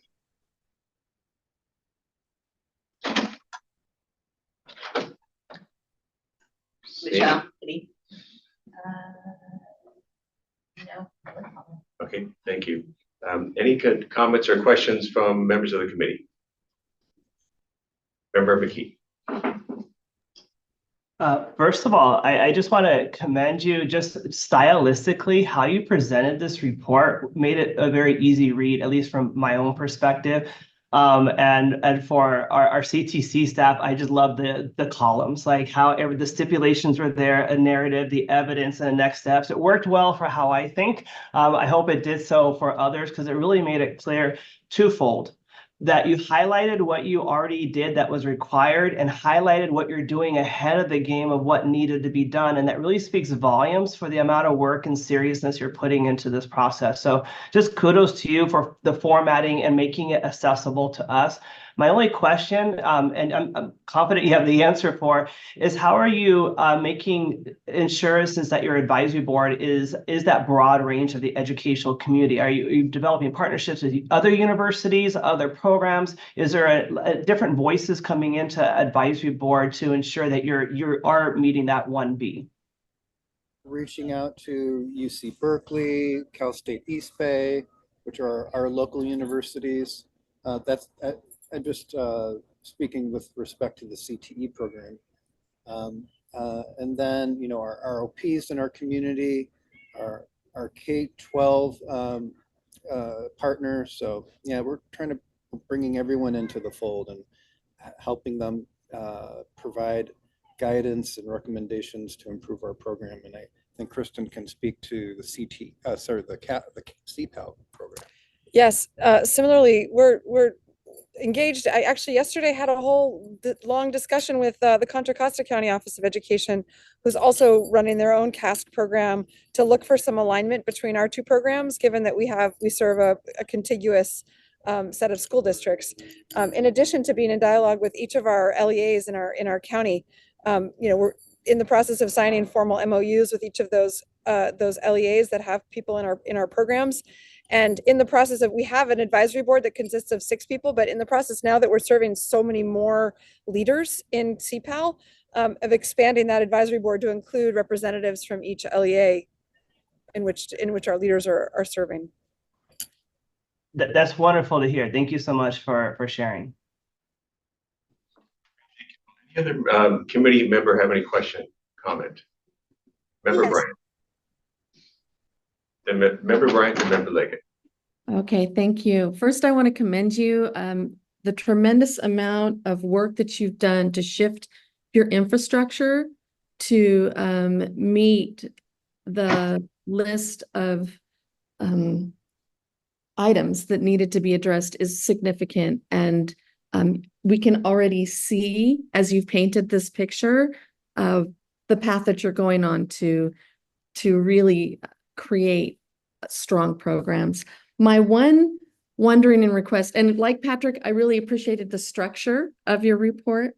As I was going through, I saw a lot of what and when in your evidence, but I was looking for who and how a little bit more, and I didn't really see very much of that. And that kept coming up in my head. Who is doing this? How is that happening? And so I would encourage you, when you submit your third report, to look through that lens as well, to paint a full, rich picture of the work that you are so clearly doing. Will do. Thank you for that feedback, Commissioner Bryant. We will definitely incorporate the who and the what, how. Well, and thank you so much for the work that you're putting in. Thank you. Thank you. Thank you. Member Leggett. Yes, absolutely. Echo the comments made by my fellow committee members in terms of organization.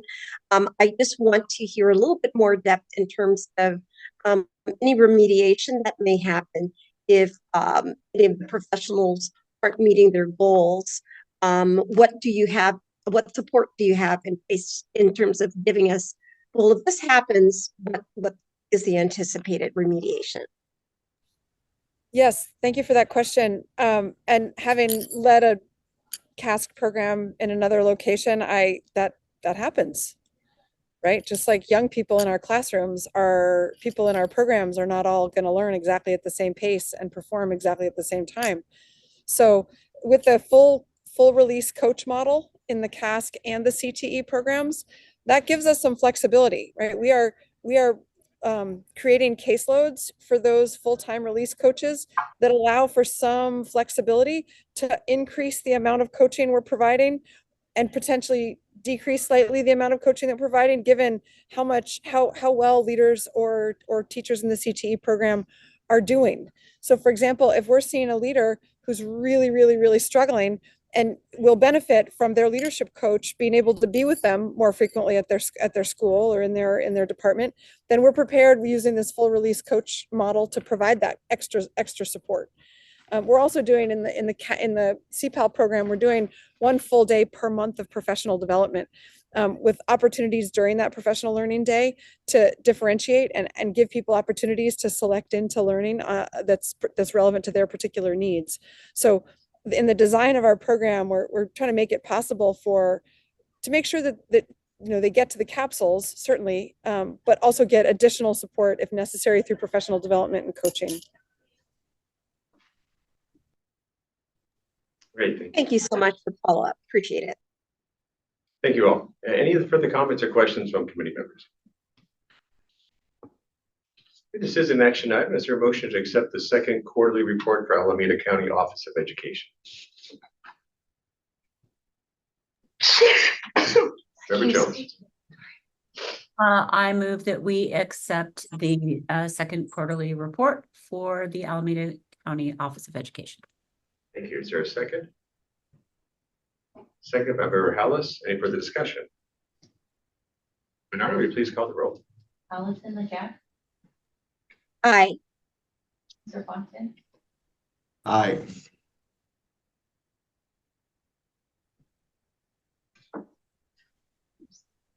Ann, Aye. Patrick McKee, Aye. Aye. Alan Hallis, Aye.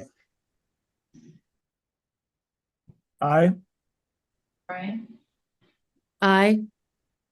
Aye, Aye.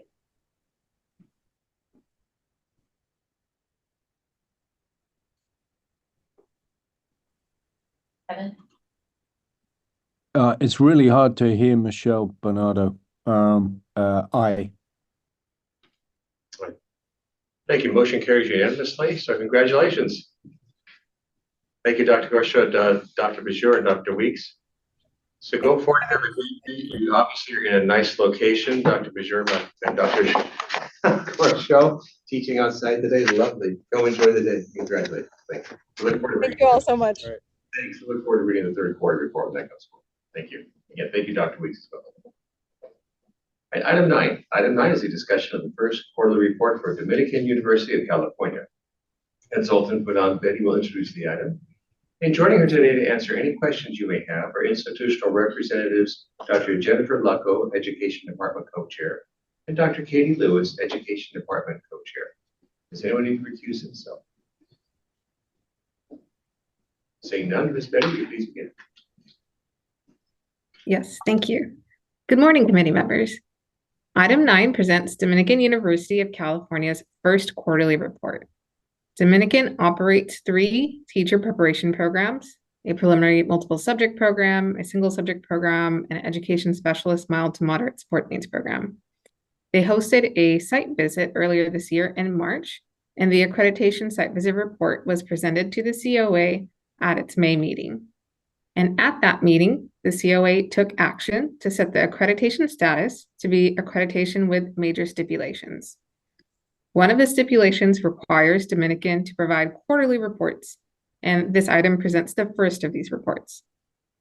A link to Dominican's first quarterly report can be found on their quarterly reports webpage, and that is linked at the top of the first page of this item. And then there's also a link to the accreditation report as well on that same page. The 11 stipulations that Dominican is required to address through these quarterly reports and through their revisit next March are listed across pages 1 to 3 of this item. One note is that the first stipulation that was specific to intern precondition 5 was lifted at the COA's last meeting this past June. And as a reminder, some of the themes of the findings of their accreditation site visit team include concerns regarding the sufficient resources for the Department of Education at Dominican, the tracking of candidates and their assignments to site-based supervisors, and the implementation of a comprehensive continuous improvement process. So since this is Dominican's first quarterly report, much of the information that you'll see is focused on the plans to address the stipulations and, of course, any actions that have been taken since May. Staff is recommending that this report be accepted as Dominican continues its progress in addressing the stipulations in subsequent quarterly reports and through the revisit. And at this point, I would like to turn this presentation over to Jennifer and Katie to briefly offer their comments. Thank you for this opportunity to address the committee, and a sincere thank you to Poonam Betty for your support and guidance in preparing our first quarterly report. In order to address the concerns in stipulation 2, I wanted to highlight the significant change in the departmental organizational structure. We now have a co-chair model that rotates every 2 years, and Katie and I are serving as the first co-chairs of our department. I bring 17 years of experience in the department as a tenured professor, and Katie also brings 8 years in the department and is a tenured associate professor. We also have a new data manager, Susan Clapper, and Susan is the director of assessment for our university and also our accreditation liaison officer. And her expertise has allowed us to greatly expand our department's ability to track the progress of our candidates and access data for continuous improvement of our programs, which was an area of concern expressed in Stipulation 4. So to address Stipulation 4, we have developed an assessment plan for the upcoming academic year. Our faculty are going to be participating in an in-person half-day data analysis workshop once a semester. So this coming October, we have a plan to analyze our candidates' TPA aggregate and disaggregate data to identify trends and areas of concern.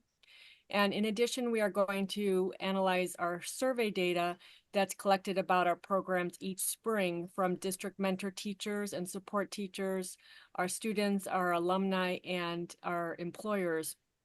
And this coming October, however, we are going to be collectively redesigning our survey data to better understand our program's outcomes as they specifically relate to the TPEs. And then in April, we'll again analyze our candidates' TPA aggregate and disaggregate data to identify trends and areas of concern. And in addition, we are going to analyze TPE observation data that's gathered from our candidates' teaching observations, including our student teachers, our interns, and our teachers of record. These two data analysis sessions will then lead to a May workshop at the end of the academic year focused on revising curriculum, pedagogy, and fieldwork practice for the following academic year. And finally, I want to highlight that this coming September, the department will complete an analysis of how our course level assessments are aligned with the TPEs in order to develop a course level assessment map aligned to the TPEs.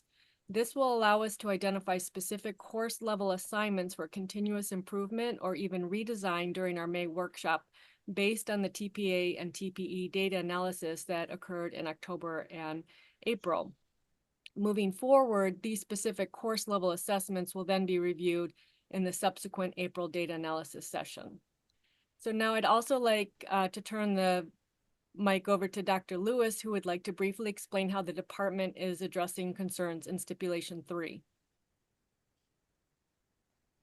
Good morning. Thank you, Jennifer. Thanks everyone for your time this morning.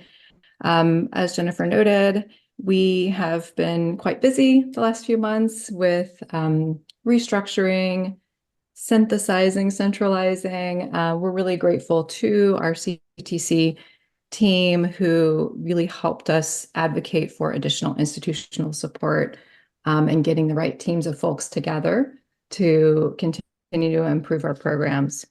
So I'd like to just briefly comment that one of the gifts of this review process was that we had an opportunity to look at our data and say, yes, we have the data we need. However, it feels more piecemeal, and there's really a need to centralize and simplify and streamline processes. So we're really grateful about that process and excited about the work that's already occurred.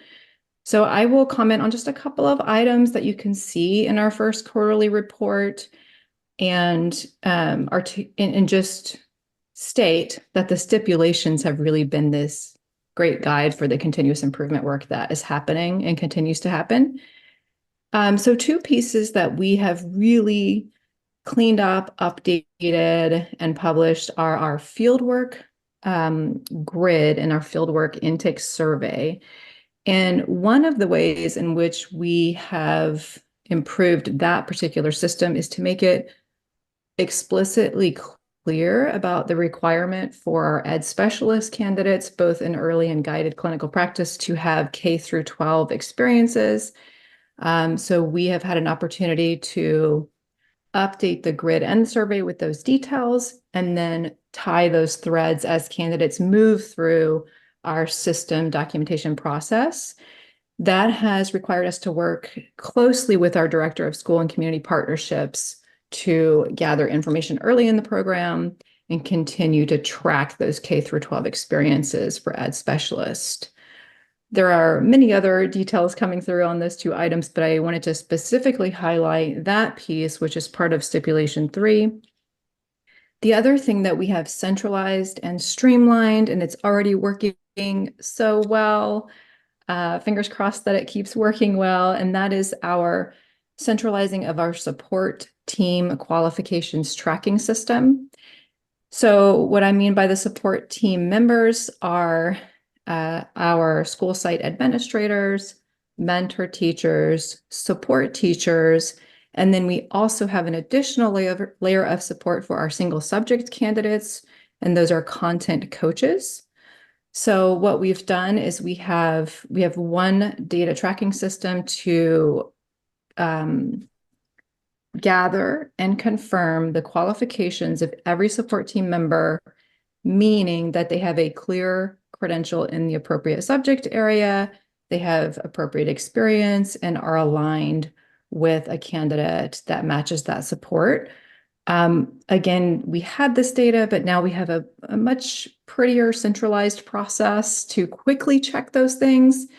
And a bonus to that improved system is that we are now seeing how much easier it will be to recruit support team members in the future using that information. I'll stop there. I know we're short on time. I'm happy to answer questions about some of these systems, but just again, huge thank you to our review team and of course our small but mighty staff at Dominican who's been hard at work. Thanks again for your time. Dr. Lippa, thank you, Dr. Lewis, there as well. Any further, any member of the public wish to offer any comment? No public comments. All right, thank you. Any questions or comments from COA members? Member Hillis. Yeah, I was just curious a little bit. The movement towards a centralized accreditation liaison officer and data manager. The question I have, because this has actually came up at my institution as well, is how you actually basically train them on the state expectations for teacher education programs, because it seems like as you move it away from the actual program, obviously there needs to be some kind of transference of knowledge to that person in a centralized office. So I'm just curious, like, how you are anticipating that kind of ongoing conversation with that centralized person. Well, I can mention that Susan Clapper first came on as part of our team right before our site visit. In a bit of an emergency situation where our data manager actually left our university shortly before our site visit. And so given her background in data analysis and her expertise in leading other programs through accreditation, including our nursing program, we have an art therapy program. So she has experience with accreditation. And she's also very skilled in data analysis, and she has a lot of expertise in assessment processes in general. And so coming on before the site visit, she just did a lot of self-study to learn about the specifics related to the education department and our specific needs. And she's really somewhat learning as she goes with the help from other members of the department. We also have a really strong clinical placement coordinator and community liaison who is meeting weekly with her. And so I think a lot of the knowledge transfer happened in those meetings. And then again, as we've been preparing the report, as questions come up, we're able to collectively work together to transmit that knowledge. So we're honestly absolutely thrilled to have Susan as part of our team, really helping us organize how we're looking at data and how we can use that effectively to help with our continuous program improvement. Thank you very much. And thank you both. Any further comments or questions from committee members? Member McKee. Katie, I just want to thank you for what you shared because on my notes I wondered how everything is going because sometimes we add tracking tools and have new roles. It can create more hiccups because fall's right here and things are happening. And you said something that I think is important to repeat, that you've learned from the process, and your program is what you shared was so authentic. And I think the whole goal of accreditation, it's really to find out what are you doing and how could systematic things become stronger and better. So in the end, your candidates benefit from that. And I just want to reiterate that because you said that you've learned so much and your program's grown and benefited from that. And that really is the whole spirit of this whole process. So just thank you for also speaking about the human factor of it's making things feel stronger and better. The tracking tools are for a purpose. It's not just doing stuff for accreditation. It's doing it to make a meaningful, impactful program. So just kudos to you and your team as well. Everything is well laid out and very detailed, and it's appreciated. Thank you, Member Ricky. Any other comments or questions from committee members? This is an action item. Is there a motion to accept the first quarterly report for Dominican University? Member Hollis. I move that we accept the first quarterly report from Dominican University. For a second. Second. Second.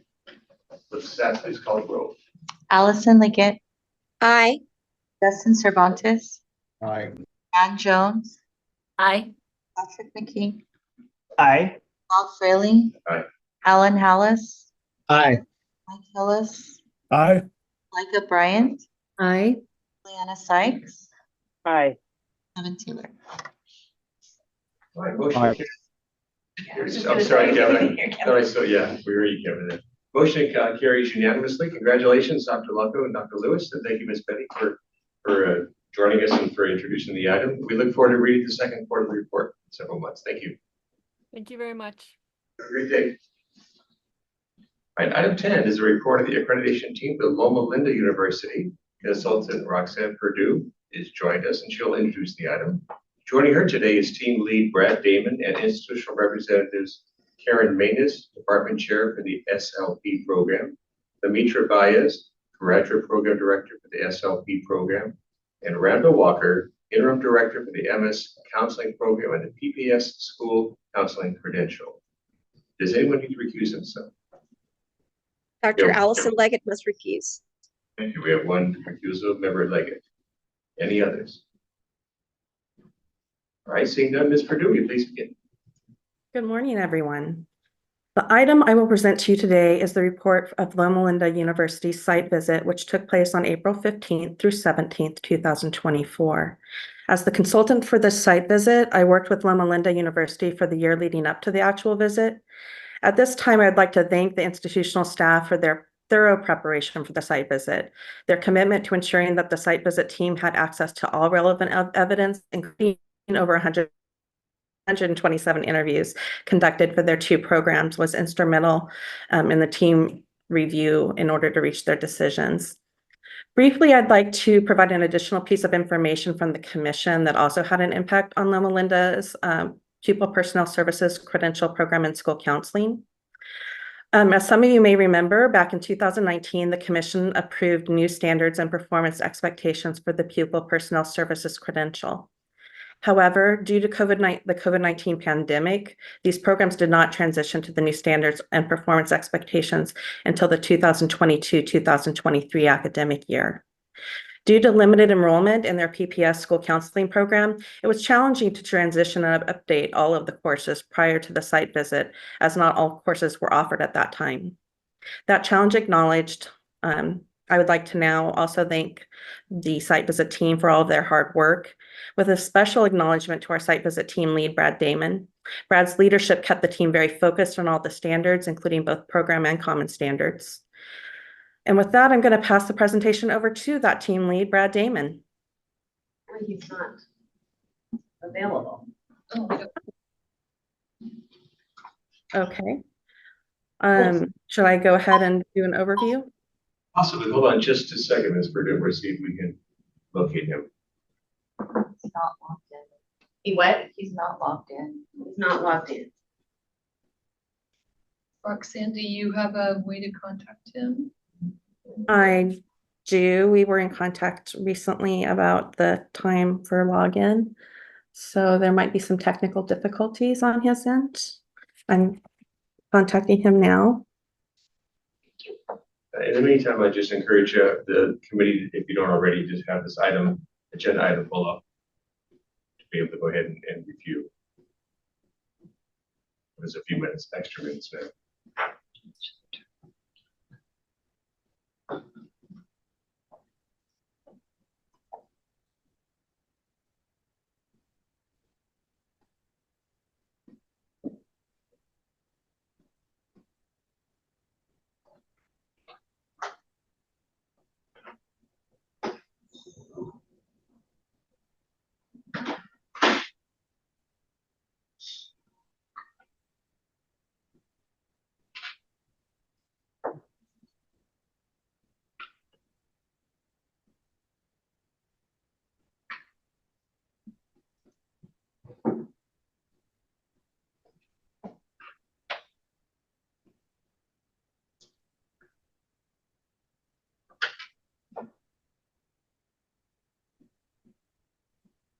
I'd just like to say for the record that Brad has been our part of our site visit accreditation teams and a team lead for something like 10 years now. And he's always shown up. So I have to assume that this is some sort of technical difficulty.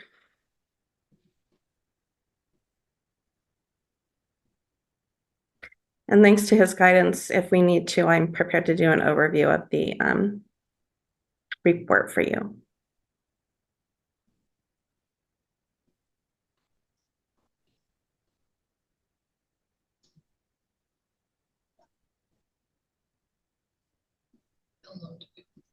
So I was going to ask, do we want to come back to the item? Well, we have the institutional reps here, so maybe give it one more minute. I just reached out to. I texted him as well. Did you? Yeah. All right, so committee members, we're just going to wait another minute or two. We're trying to reach out and have contact with them. I know there might be some questions for the team lead. It's always good to have them here. Yeah. Brad is always very dependable.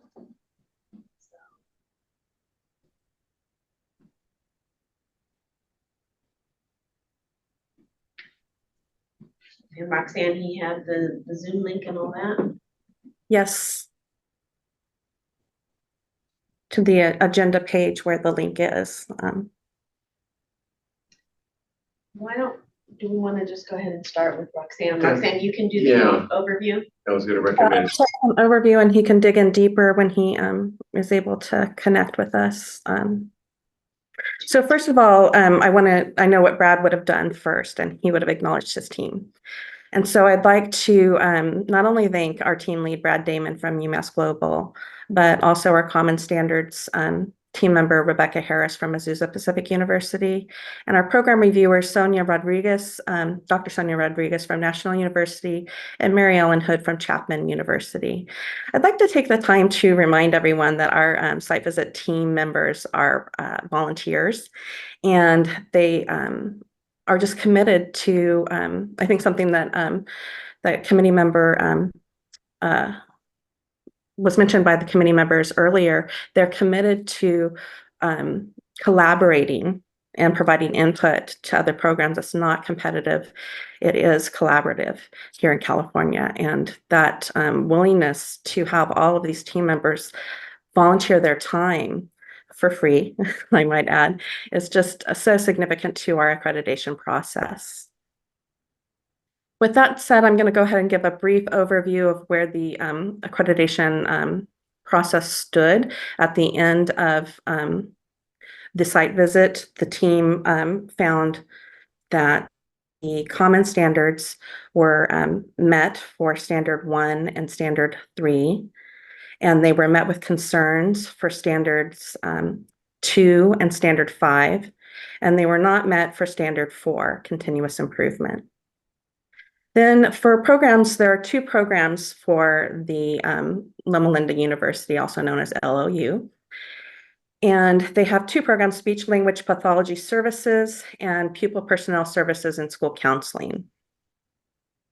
There are a total of 8 program standards for the SLP program, and all 8 were met. There were no concerns and no standards were not met. There was also the Pupil Personnel Services School Counseling Credential with 5 program standards in total. 2 of those standards were met and 3 were not met. I think, as I mentioned earlier, the PPS school counseling program had some particular challenges with the transition of the standards and the TPEs the prior school year to their site visit. It was because they had a limited amount of enrollment, which I think you would see in the report. I think we had 2 enrolled individuals at the time of the site visit to do interviews with. They didn't offer all of the classes for transition prior to the accreditation site visit date. And so having to go in and update all of their courses prior to them being offered was particularly challenging and contributed, I think, to some of our findings. But they made a concerted effort to work on that during the site, the year prior to the site visit, and continue on with that work. So with that, the team returned with a unanimous recommendation of accreditation with major stipulations. That was based on a thorough review of all institutional programmatic information and materials available prior to and during the actual visit, and included the interviews with administrators, faculty, candidates, completers, and local school personnel. The team felt they obtained sufficient and consistent information that led to a high degree of confidence in making that overall programmatic judgment and about the professional education's unit operation and in the information pertaining to the actual programs of that unit. Another area of challenge for the LU in looking at the common standards was that the 2 schools at LU are unique in that they aren't in many programs that you find in the state. There's an overall school of education that conducts the unit operations for the various credential programs that they have.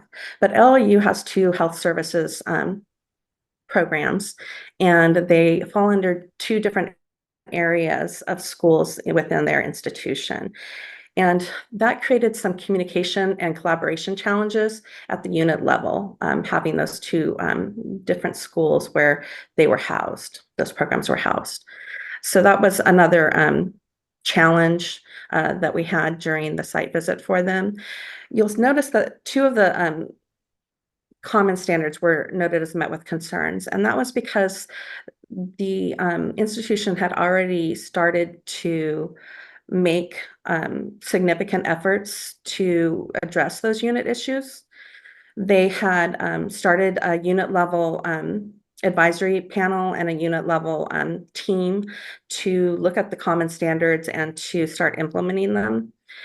However, based on the limited time frame prior to the site visit, they were only able to have 1 meeting of their team, and so at the unit level. So that's why those were met with concerns.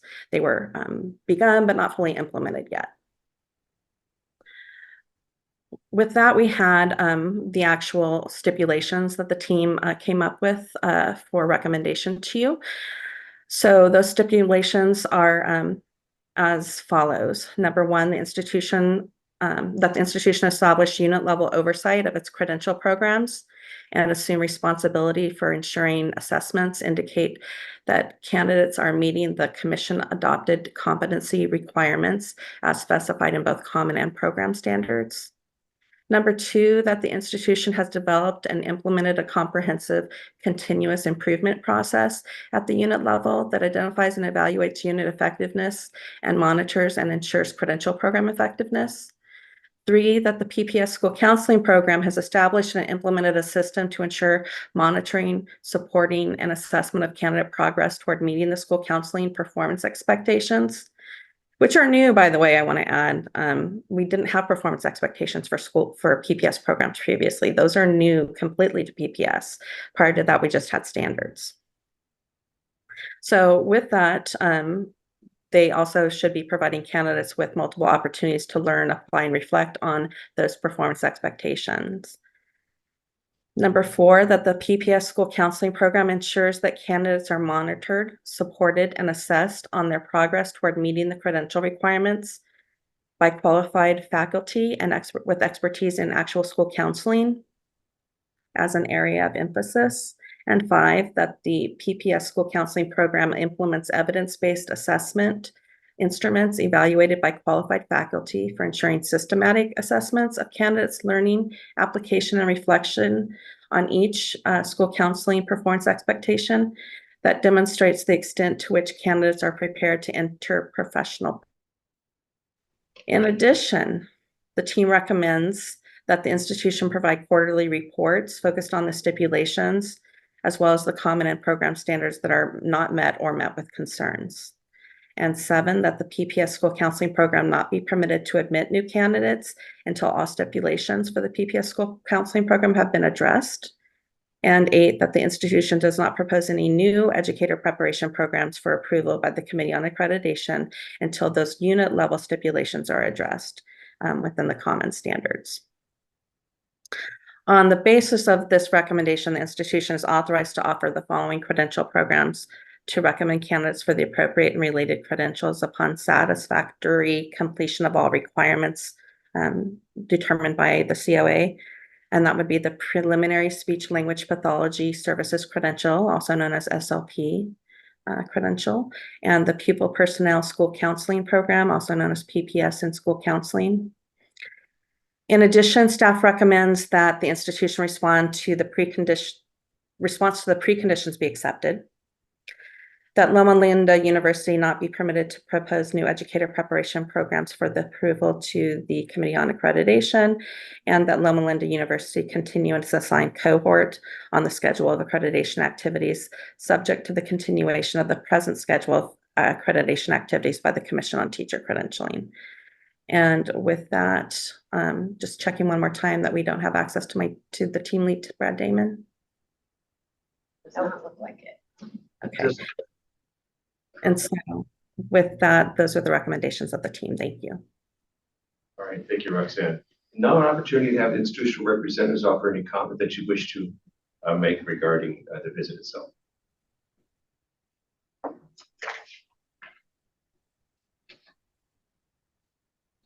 Maybe I will go first. I guess I'll go first.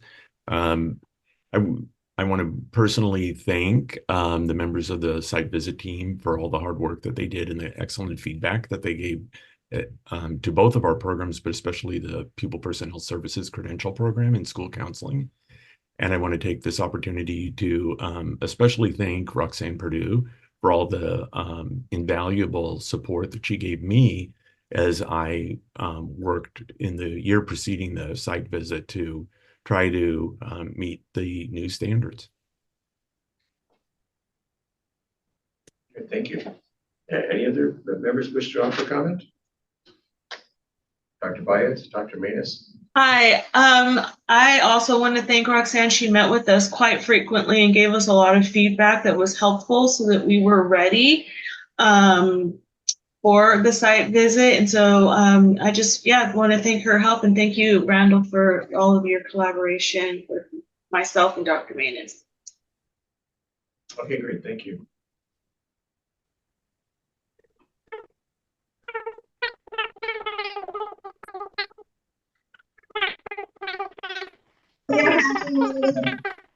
Dr. Mason, hold on just a minute, and we have a technical issue on our side that we're trying to resolve. I don't think it's our side. Okay, see, it's not on our side. Your voice is coming through very quickly, like it's on high speed. The Mickey Mouse thing? Yes. Right now? Yeah, I'm making it. Okay. Yeah, that happens sometimes. I don't know what that is. At any rate, just getting on the bandwagon with what both Randall and Lemitra have said regarding the support that Roxanne has provided for us in getting through this accreditation process. It's been invaluable and we appreciate it. Thank you, Roxanne. Great, thank you. Any member of the committee, or probably start with the public, any member of the public? Or any comment they wish to offer? No public comment. Right, no public comment. It's an opportunity for committee members to offer any comment or ask any questions. Member Jones. Hi, good morning. First of all, I really want to commend you for operating clearly a high quality speech pathology program. I think that is such a high area of need and really, really of great value. And I also want to just say that it resonates with me, having been through an accreditation where this was the case myself a long time ago, how challenging it is to have a simultaneous accreditation process when programs are being run in separate units. That's really hard. And I guess I also want to say it's really hard when you have an area of passion to offer a program that has such small enrollment. It's difficult to manage. And so all of that preamble leads me to my question, which I'm curious about your motivation, or that's probably the wrong word, the commitment to offering the PPS program with such a small number of students. I'm not questioning that you have the commitment. I'm just wondering sort of how the institution thinks about that. That's a great question. I think originally, my predecessor who established the program, I think she was motivated by giving counseling master's students an opportunity for another way to make a difference in the community and also earn a living.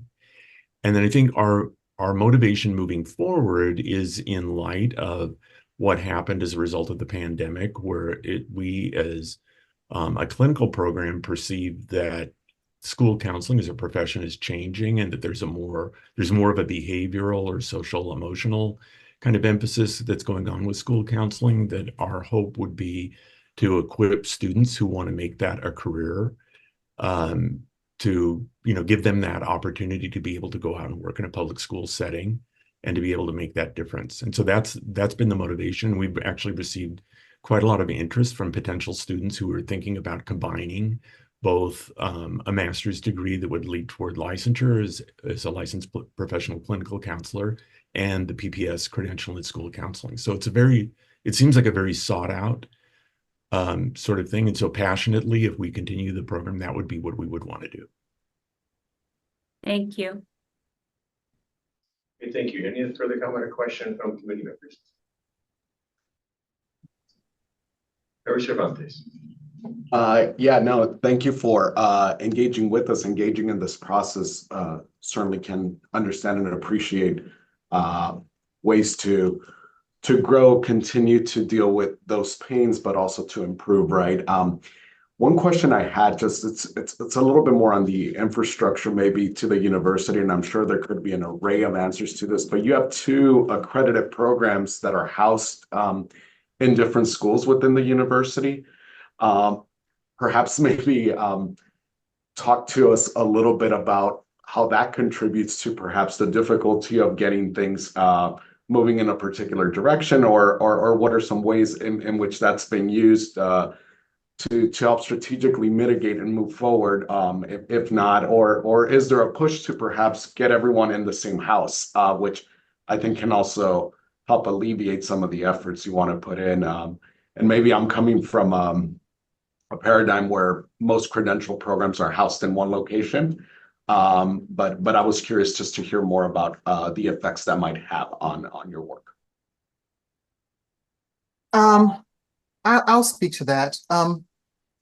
Our university is comprised of 8 different schools. This is a health sciences university. So there's School of Medicine, School of Dentistry, School of Nursing. Randall's program, the PPS program, is in the School of Behavioral Health. We're in the School of Allied Health Professions. So we're the school that has all the different therapies: speech therapy, occupational therapy, physical therapy. It's a totally different paradigm than a liberal arts university that usually has an education program with lots of credential programs. There are only 2 CTC credentials on this entire campus. And so the idea of moving their program to our school, so that because we both share a credential from CTC, probably is not useful. So trying to connect us as a unit is difficult because the different schools do kind of function as silos, you know, they all do what they're supposed to do. And they all have different expectations because the focuses of the different schools are different. The goal of putting our two programs together in one school probably wouldn't be very useful or functional. Thank you for that answer. I'd like to add one more piece to that. When working with Karen and Lemitra and Randall, some of the things I discovered was that they have, as a university, almost 120 years of history. And as an SLP program, they've been running since the 1950s. And so when, you know, we have all of these schools of health and areas of health services as a university, and they each have their lane and their school. You know, that is a long history of it, not a recent advent. Can I say something? Yes, I'm sorry, Ms. Hickey. No, I just wanted to weigh in just for a second here to say that the standards don't require that the units be physically merged or merged even in a on an org chart kind of effect. What it really requires is that there is some ongoing regular collaboration between everyone that has a commission approved credential program. So different institutions do it in different ways. You know, whether it's some sort of advisory board or a board made up of you know, institutional personnel. So there are a number of ways to do it with at the same time recognizing and respecting the way the institution is organized. So I think that'll be something that, you know, you can work on as the year goes forward, to, you know, to see what it, because the unit is sort of an abstract. You know, often tends to be the school of education because that's where primarily most of the programs are, but it doesn't necessarily have to have that kind of structure. So we're happy to work with you more on the kinds of things you can put in place to just make sure that there is a connection between the two schools. And Cheryl, thank you for clarifying that. My question was not to push for any restructure, reorg. It was more to articulate that you are dealing with one commission. How does that interplay in the way you navigate systems? I've worked at universities where a credential, say the curriculum is offered in one place, but there is one, you know, central entity processing all credentials with CTC, and there is room to have collaboration and to have an exchange on how that happens so that you're also well synchronized. But thank you for that.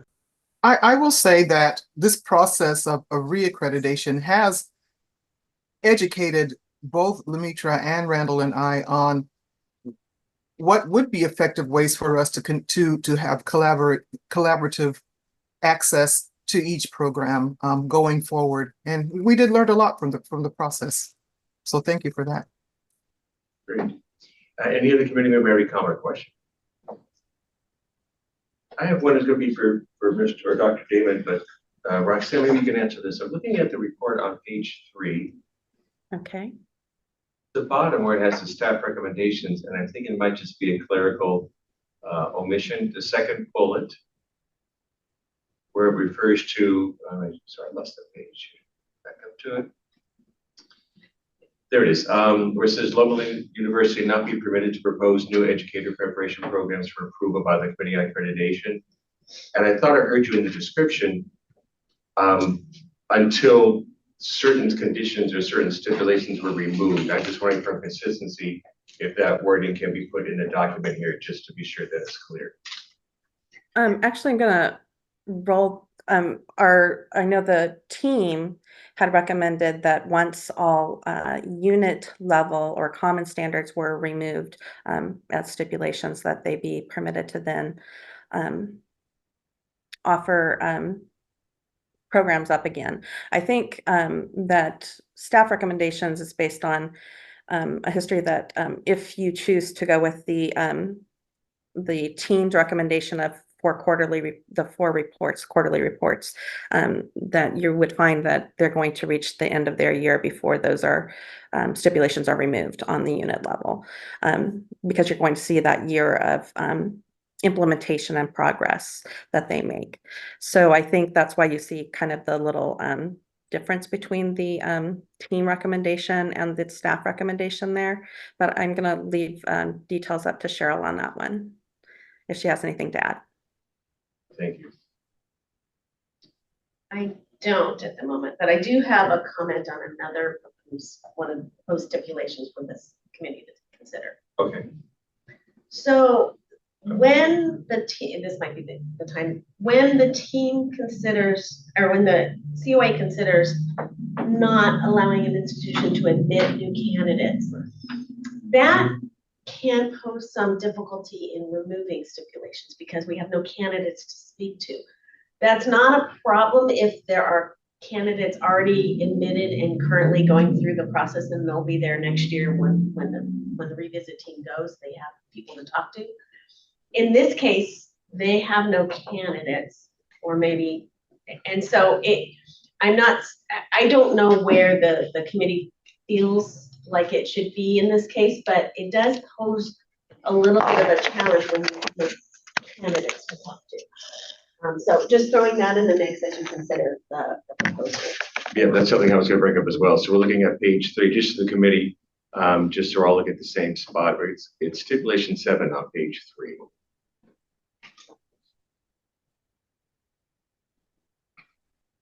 And we don't have a motion yet, so yeah. I don't know if we're quite there yet. But exactly. I didn't want to miss the opportunity to consider that. No, certainly, thank you for doing so.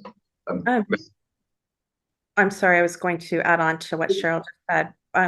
If you choose to go with the 4 quarterly reports rather than as recommended by the team, we wouldn't actually conduct additional interviews to clear the stipulations. You'd have your 4 quarterly reports. You would have me reviewing their implementation of the stipulations that need to be cleared, and making recommendations to you based on that review and working with the institution. If I have that correct, Cheryl, if they go with that recommendation. So with that, because there's no revisit being correct. And the reason why we chose not to have the revisit was the limited number of candidates to interview. There had only been 1 candidate that we were able to interview during the actual site visit, as I recall, from the PPS program. And then they're knowing that they had these stipulations in place, they were not able to, they chose not to enroll additional candidates in this year. Okay. Enroll candidates and then have the program with these stipulations in place. Yeah, and just to clarify that you would not be the only one looking at it. We would need a team member. Yes. Right. Okay, thank you. That's for you to consider. Yeah, definitely. Any other comments or questions from committee members? Member Jones. Thank you. Sorry, I wasn't sure which hand thing to use. So this is going to reflect a newbie question. I fully understand that the accreditation recommendation is adopted for the institution. My question is whether or not the stipulations have to be applied to the institution or can be applied to the unit, since they seem to be fully centered on one school within the institution, if that makes sense. Actually, the first, when we talk about the unit and the institution itself in stipulation 1 and 2, those are common standards level stipulations that affects the overall unit of the institution. And so therefore it was stipulations in both unit and program level. The SLP program had no stipulations specific to the program, but overall as a unit, and those 2 schools, those 2 credential programs, excuse me, not schools, joined together as a unit was where that intersection occurred. Thank you. All right, thank you. Any other comments or questions?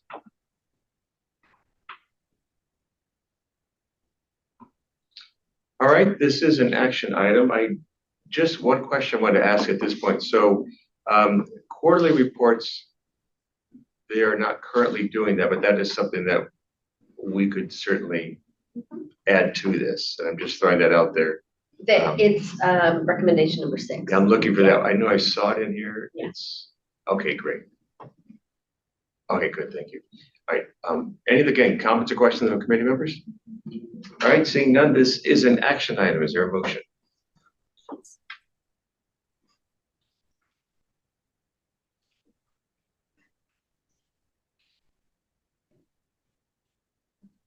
Member Hallis. I move that we accept the team's report and the recommendation of accreditation with major stipulations for Loma Linda University. All right, so moved. Is there a second? Second by Member Taylor. Any further discussion? All right, seeing none, Ms. Bernard, will you please call the roll? Augustine Cervantes. Aye. Ann Jones. Aye. Patrick McKee. Aye. Paul Freely. Aye. Alan Hallis. Aye. Mike Lewis. Aye. Micah Bryant. Aye. Donna Sykes. Aye. Kevin Taylor. Aye. All right, motion carries. So thank you all for your work on this. Thank you, Ms. Perdue. Thank you, Dr. Manis, Dr. Baez, and Dr. Walker. We look forward to reviewing the quarterly report and your continued progress on the stipulations. Sorry, I have a question about that. What does this look like? We're submitting quarterly reports to CTC, to COA, or what does that look like? Dr. Walker, the process. Yeah, so you'll receive a letter in about a week that kind of summarizes the action that the COA has taken. And we will work with you on these quarterly reports, setting up, what the dates are for them. And then what will happen is these quarterly reports come to this body here, the Committee on Accreditation, to talk you through, to give you some feedback over the year. After, when we get to the year point, that's when we expect you to have addressed everything, and it comes back to this body again for them to consider removing stipulations. Okay. Thank and you. We're happy to talk about the meeting.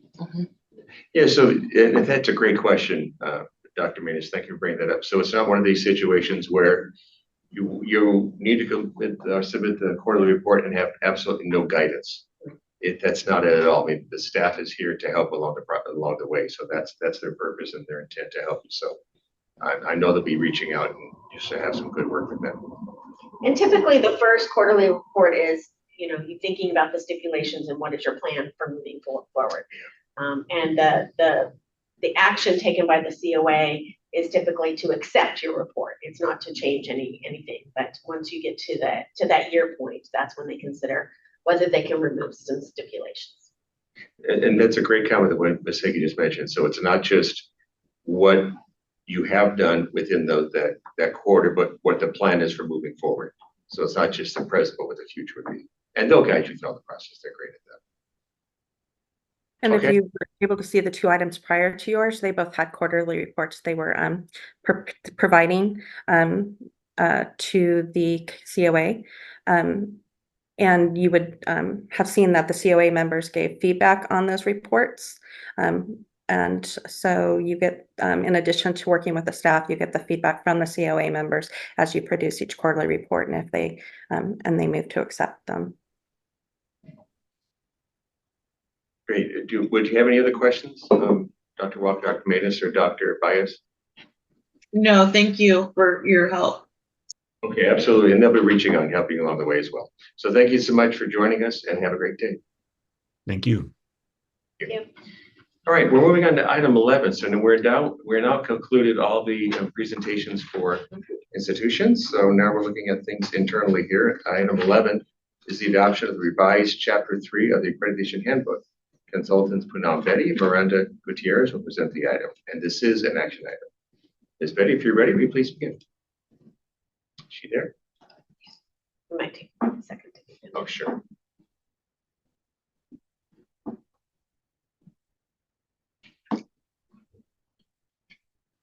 Thank you, Member Bryan. We just got your message. Thank you.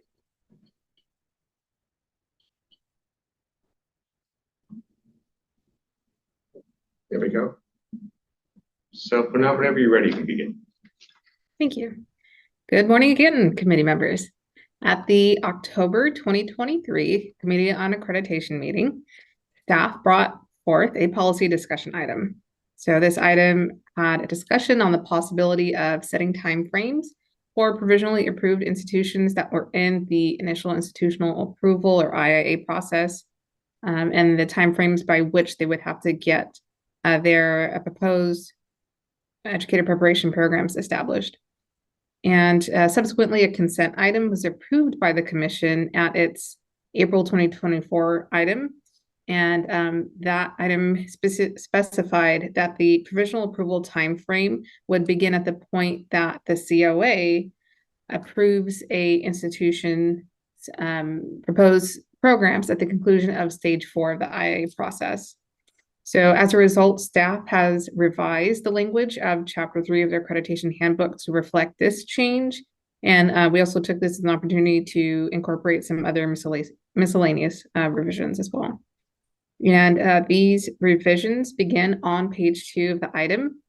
And the language that is reflected through double strike through, that's language that we're recommending is removed. And then double underlined is language that we are recommending to be added to the handbook. So we'll start with section A, the IIA section. And as a reminder, IIA, the process of IIA, the 5-stage process, was detailed by our colleague Art earlier in this morning through item 7. So the revisions begin on page 2, and then we have language that we've asked for removal on page 3.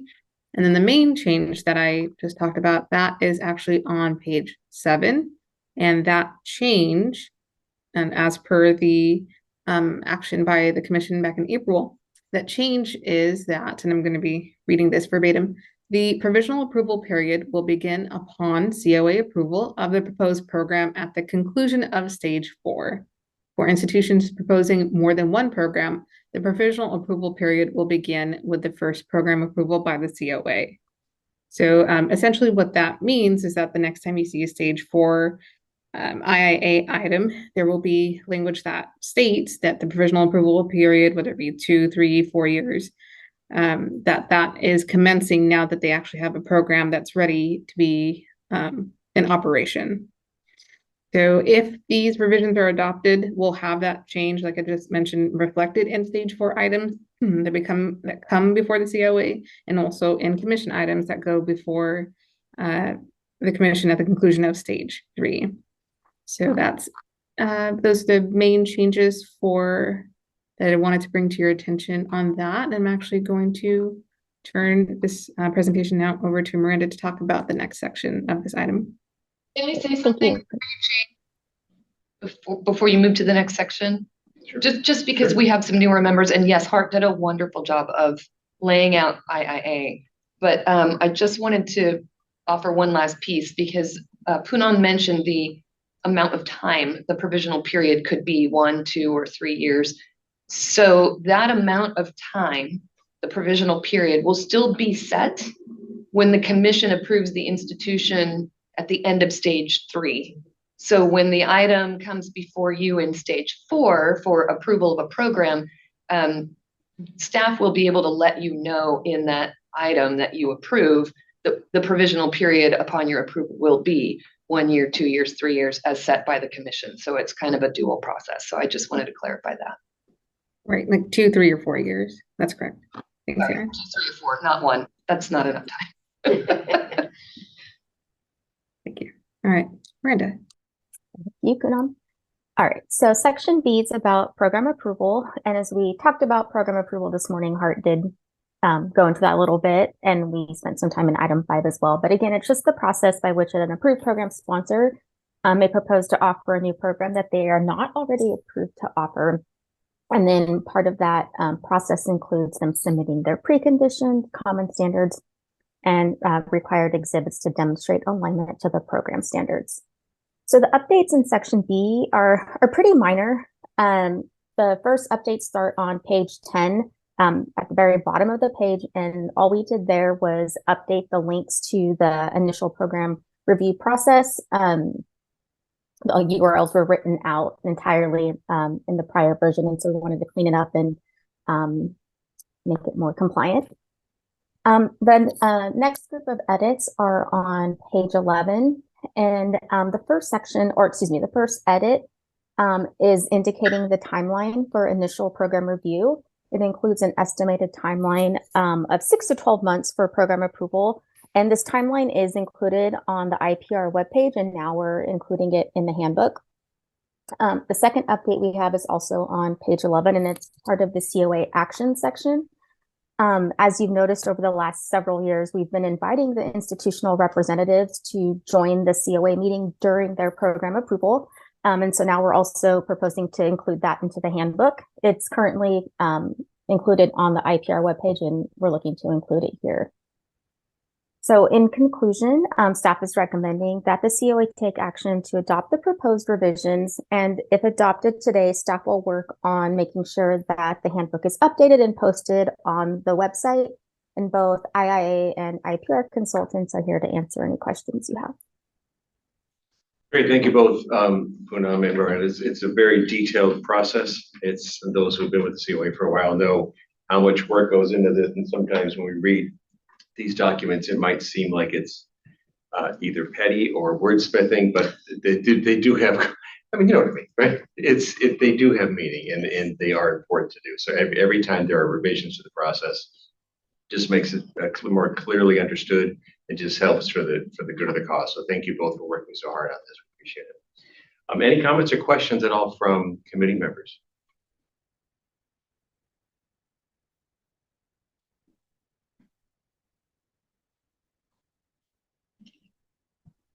All right, seeing none, there is an action. This is an action item. Is there a motion to approve the proposed revisions to the language of the Accreditation Handbook, Chapter 3, as presented?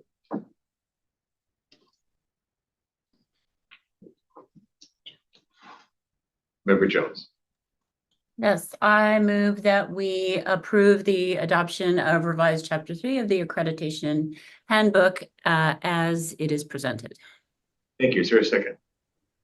Second by Member Taylor. Any further discussion? All right, we'll do a roll call vote. Ms. Bernard. Allison Leggett. Aye. Justin Cervantes. Aye. Ann Jones. Aye. Patrick McKee. Aye. Billy. Aye. Alan Hallis. Aye. Phyllis. Aye. Micah Bryant. Aye. Anna Sykes. Aye.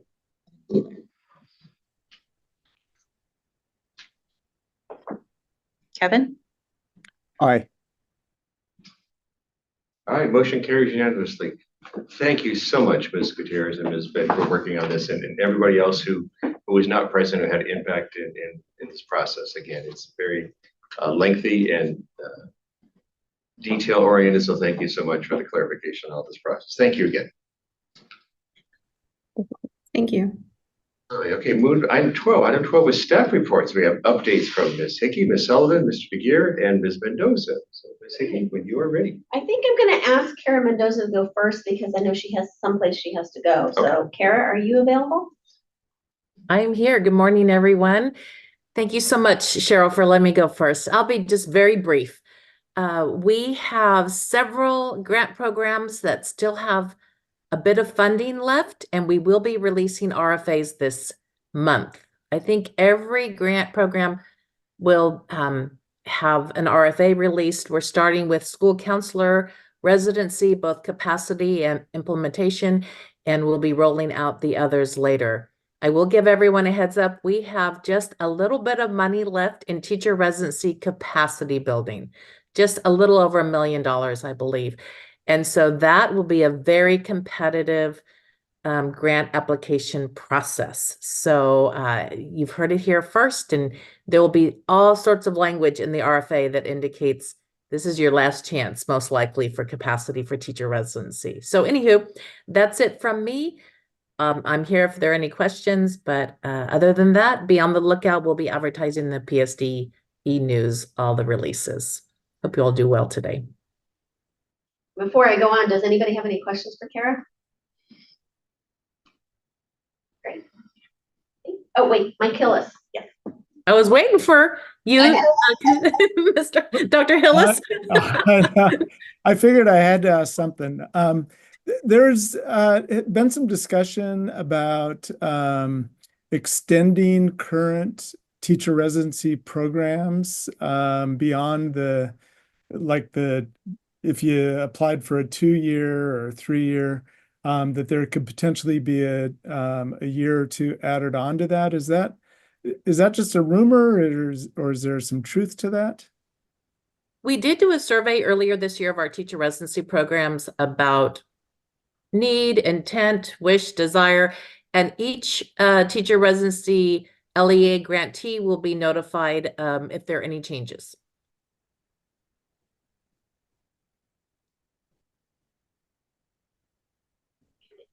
Okay. Great. Any other questions? Great. Thanks, friends. Thank you, Kara. And I think next I'll turn it over to David DeGear. David. Thank you, Cheryl. The one thing I wanted to cover was that the commission is currently taking applications for a work group that will be reviewing the design and implementation of teaching performance assessments. There's a link on our website to fill out that application, and the deadline is August 15th at 5 p.m. We've already had at least 90 people apply, so there's a lot of interest in this work group to help us look at issues that candidates, programs, program sponsors have faced, and best practices for implementing the TPAs. And then we also issued two program sponsor alerts this week. I believe, Cheryl, you're going to be talking about the literacy certification one. So the other one I'll highlight is an update to PSA 2402, which is on the secondary passing standard for candidates who, secondary passing standard for TPAs. Candidate recommendations can now be made online. And Dr. Hillis, did you have the opportunity to make any yet? I know you had a couple candidates. We are working on it right now. Okay, we'd love any feedback you have on that process. And I'll turn it over to you, Cheryl. Great. I just want to mention the advisory committee that David just mentioned also will be delving into accreditation a bit. So if you know people who are really knowledgeable about both the TPA and accreditation, it's probably a great place for them to apply if they're interested. One of the objectives is to see how accreditation can, or how TPA can play a different, better role, I guess, in accreditation. I'm not sure how to phrase that, but so that is one thing that this group is going to be looking at. So, but the other thing I did want to mention is, yes, we've been working a lot on literacy certification. All of you, you've heard us update you about SB 488. We just issued last evening a PSA that issues some clarification about some of the various components of the literacy certification requirements. So anybody listening will want to download that. It's PSA 2408. It'll be in tomorrow's PSD e-news. And that really is a result of talking with a lot of institutions about challenges in certain respects or misunderstanding about what the commission needed or wanted. So we're trying to clarify several aspects of that literacy certification. We've also gone back and updated the original PSA on literacy certification to make it clear and more aligned with what we're saying in the new PSA. So we will be talking about it more with this literacy certification office hours in the future. I believe there's one coming up, not next week, but the week after. So if any of your staff want to attend the office hours, anybody out there listening. I just also want to mention, I think since the last time we met, because it was before the budget was signed, I think, we met in early, yeah, so you probably all know that there was a very significant change that came from the signing of the budget and the budgetary bill, and that was to allow the bachelor's degree to stand in now as a demonstration of basic skills. So that has, I think, been a welcome for a lot of people and has been a major change. I'm not sure I ever expected to see that. So again, if you have questions about that, our staff is happy to help with that. And then I want to turn it over to Erin. Sure. Thank you. I will keep it brief, but since Cheryl mentioned the budget, I'm sure you're all aware, because I'm reading plenty of articles in EdSource too about belt tightening going on at our IHE and LEA partners. That certainly is happening here at the state as well. If you've seen any of the news reports about that, the governor is asking state agencies to take nearly an 8% cut in our budgets. So in looking at that, in looking at the fact that while we did defer, the commission allowed us to defer green cohort site visits next year, we still had 16 site visits to do, and that is a combination of our largest number, or our greatest number of provisional site visits ever in a year, which is 7 for next year, in addition to a number of revisits and 3 institutions from the green cohort that opted to keep their site visits for next year. We were hoping to have all of these site visits in person, and we are now having to reverse that. So by the way, if there are any institutions listening out there, they have not been notified yet. I'm planning to do that, but we wanted to give staff an opportunity to know and potentially talk to their institutions about it. But so with the exception of a couple, we're still talking to staff about those. Monterey County is absolutely an exception because their site visit was scheduled to be in person and it's happening in just a few weeks. We can't reverse that. At this point, it wouldn't be fair or contractual, frankly.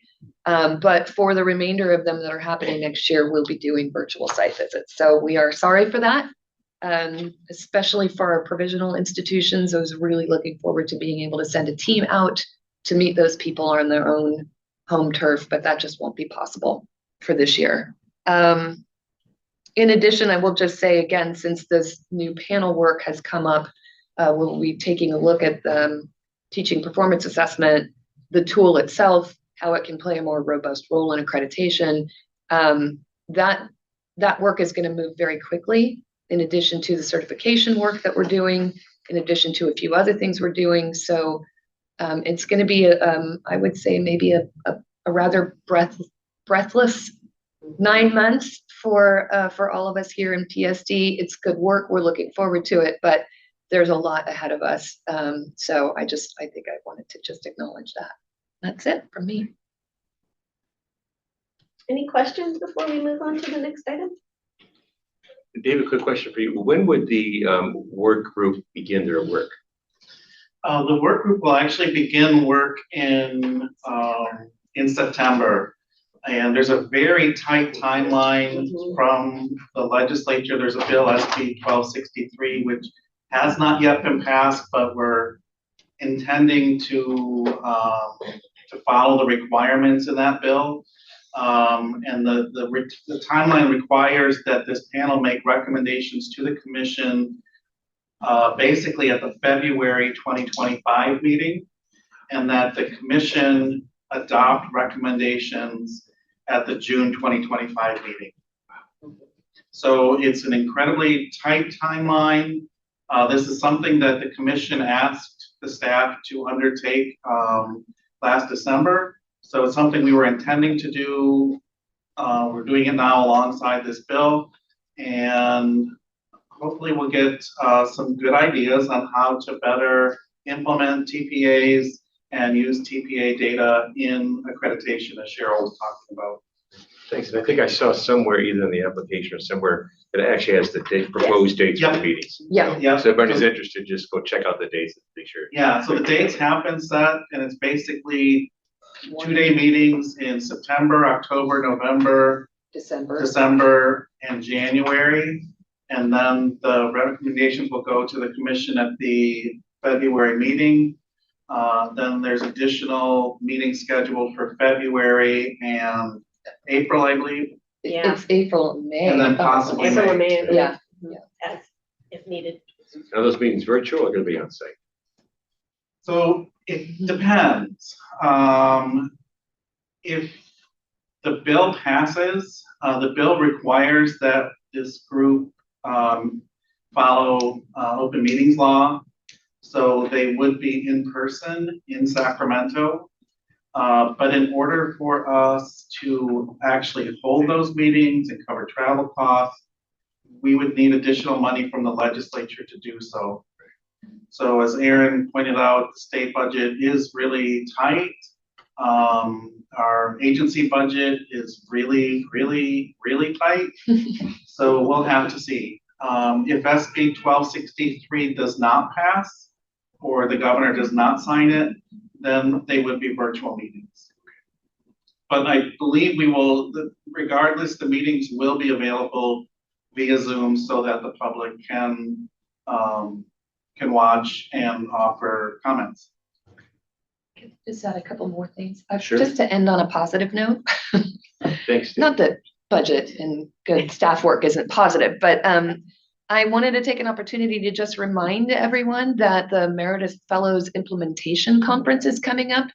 That's a performance assessment sort of focused conference. Our performance assessment colleagues here at the commission have put a lot of time into that. These are great conferences, and that is going to be on September 12th and 13th, and that is virtual. So we sure do hope that you'll join us for that. And CCAC, the Credential Counselors and Analysts of California, are holding their annual meeting in November. It's 6, 7, 8 in November, and they just opened registration for that. And there is, of course, more information about both of those things in this week's e-news, which will go out tomorrow, but good conferences both. So if you have an opportunity. And Meredith Fellows was early work on the TPA. Yeah, before she passed, but yeah, she was wonderful. Great, thank you all. Anything else, Cheryl? No. Okay, great, thanks. All right, we're now moving on to item 12. No, I'm 13. Item 13, discussion of the 2025 COA meeting dates. And Administrator Cheryl Hickey will present the item. So Ms. Hickey, will you begin again? Yeah, I'm happy to. So this is always the most challenging item to deal with, everybody's schedules. Every calendar is ready. But we do need to set our dates for 2025, and we are also proposing a change in the next meeting date. So for your consideration. So the challenge for next year is our workload is much different than it normally is. We don't have the full set of site visits. We do have a healthy set of site visits. It's just not the same as if we were to have 40 or 35, but we do have 16, I believe it is. And so we do need to meet. We do have new programs that we need to approve. We do have revisits and quarterly reports and all of the follow-up that the COA needs to do. But you'll recall that we deferred site visits, a large number of site visits by 1 year in order to fit in this literacy certification work. We're also haven't sort of settled on how the literacy certification work is going to be intersected with the COA work. We believe that the law requires the commission itself to actually certify. And so the items will be brought to the commission to certify institutions' literacy instruction. But we're not sure if that means a stop here first. So we're still working on that with our leadership to figure out exactly how that will work. You all are the folks that, typically approve programs and look at the curriculum and coursework and clinical practice. So we're working on that. Hopefully we'll have that answered by the next meeting. But so it was a little more challenging to do this. At the same time, we didn't have to consider the committee on credentials any longer because we're not fighting with them over parking spaces and meeting rooms. We have more meeting rooms in this building. So, but we did also, thanks to Michelle Bernardo, look at all the upcoming conferences and places that, our staff needs to be, and you probably may be attending because we have to take into consideration foreign issues. So with that, we have on page 4 of the item indicated what our current plan is. So right now we have an adopted September 26th, 27th meeting. We obviously do not need 2 days for that meeting, and we are proposing that we move that date to late October, early November. So either October 31st, Halloween, and yes, Bob does want to dress up if we do have it on that date, or November 1st, which is the Friday. Obviously, we can consider any other dates that are okay with you as well. But this will allow us to capture more of the follow-up. We will have more opportunities to approve new programs that may want to operate, beginning in January. And we have a revisit that will then be able to be addressed earlier rather than waiting until January, a January meeting. So it captures that revisit as well. So that's what we propose there. And then after that, what we've done is just highlighted the first couple that we thought, well, actually the first one we thought would be best, which is late February. And we didn't highlight a whole lot more because it really depends on what choice you make. It's sort of a domino effect in terms of, we don't want the meetings to be too close together because then we don't have enough for your agenda. So happy to just open the floor for however you want to do this, Bob. Okay, so did you mention the quorum? I would have missed that. Oh, so yeah, the quorum issue usually comes in the June meeting. We have, at least for the last 3 years, had difficulty with the quorum in June. We know that's a busy time for everybody. Everybody's finishing, either finishing your finals and graduation, or you just finished and you have plans. So I don't know what works best for you all, but it would be really good if you really looked hard at the June meetings to see what would work for you. Yeah. I'd like to propose we just take it one date at a time. I think sometimes we take it as a chunk and it gets overlooked. So looking at the proposals, you all have the schedule, or no, the optional dates that are listed there. It was part of the agenda item. So looking like what Cheryl was mentioning, September 26th is, if it's not needed, we can do it in October, and it'd be one day only. And the proposed date is October 31st. Or November. Or November 1st, yeah, either one. November 1st being a Friday, October 31st being a Thursday. I know sometimes it's easier for people on Friday. So would it probably be best, I know, rather than doing a big discussion, we just see who would be available on which date. So looking at either October 31st or November 1st, we'll start with October 31st. Anybody who would not be able to make it, not on October 31st. Okay, who would not be able to make it November 1st?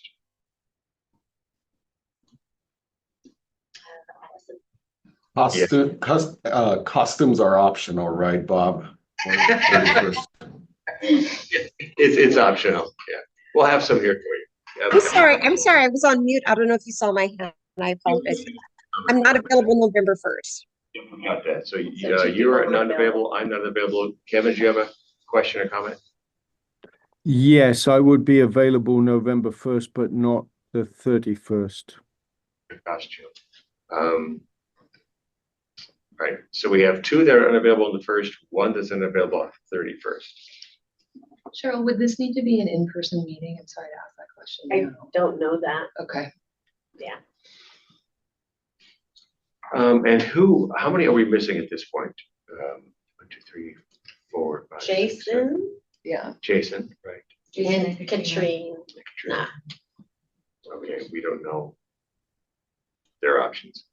All right, so we have the 30, it looks like the 31st would be the better option rather than the 1st, except for Kevin would be the one. Any others besides Kevin, anybody else who cannot make the 31st? Okay, and if we can just, again, double check on the 1st, how many who cannot be there on the 1st? And myself, right? Okay. It seems as if the 31st would then be the better option. Sorry, Kevin.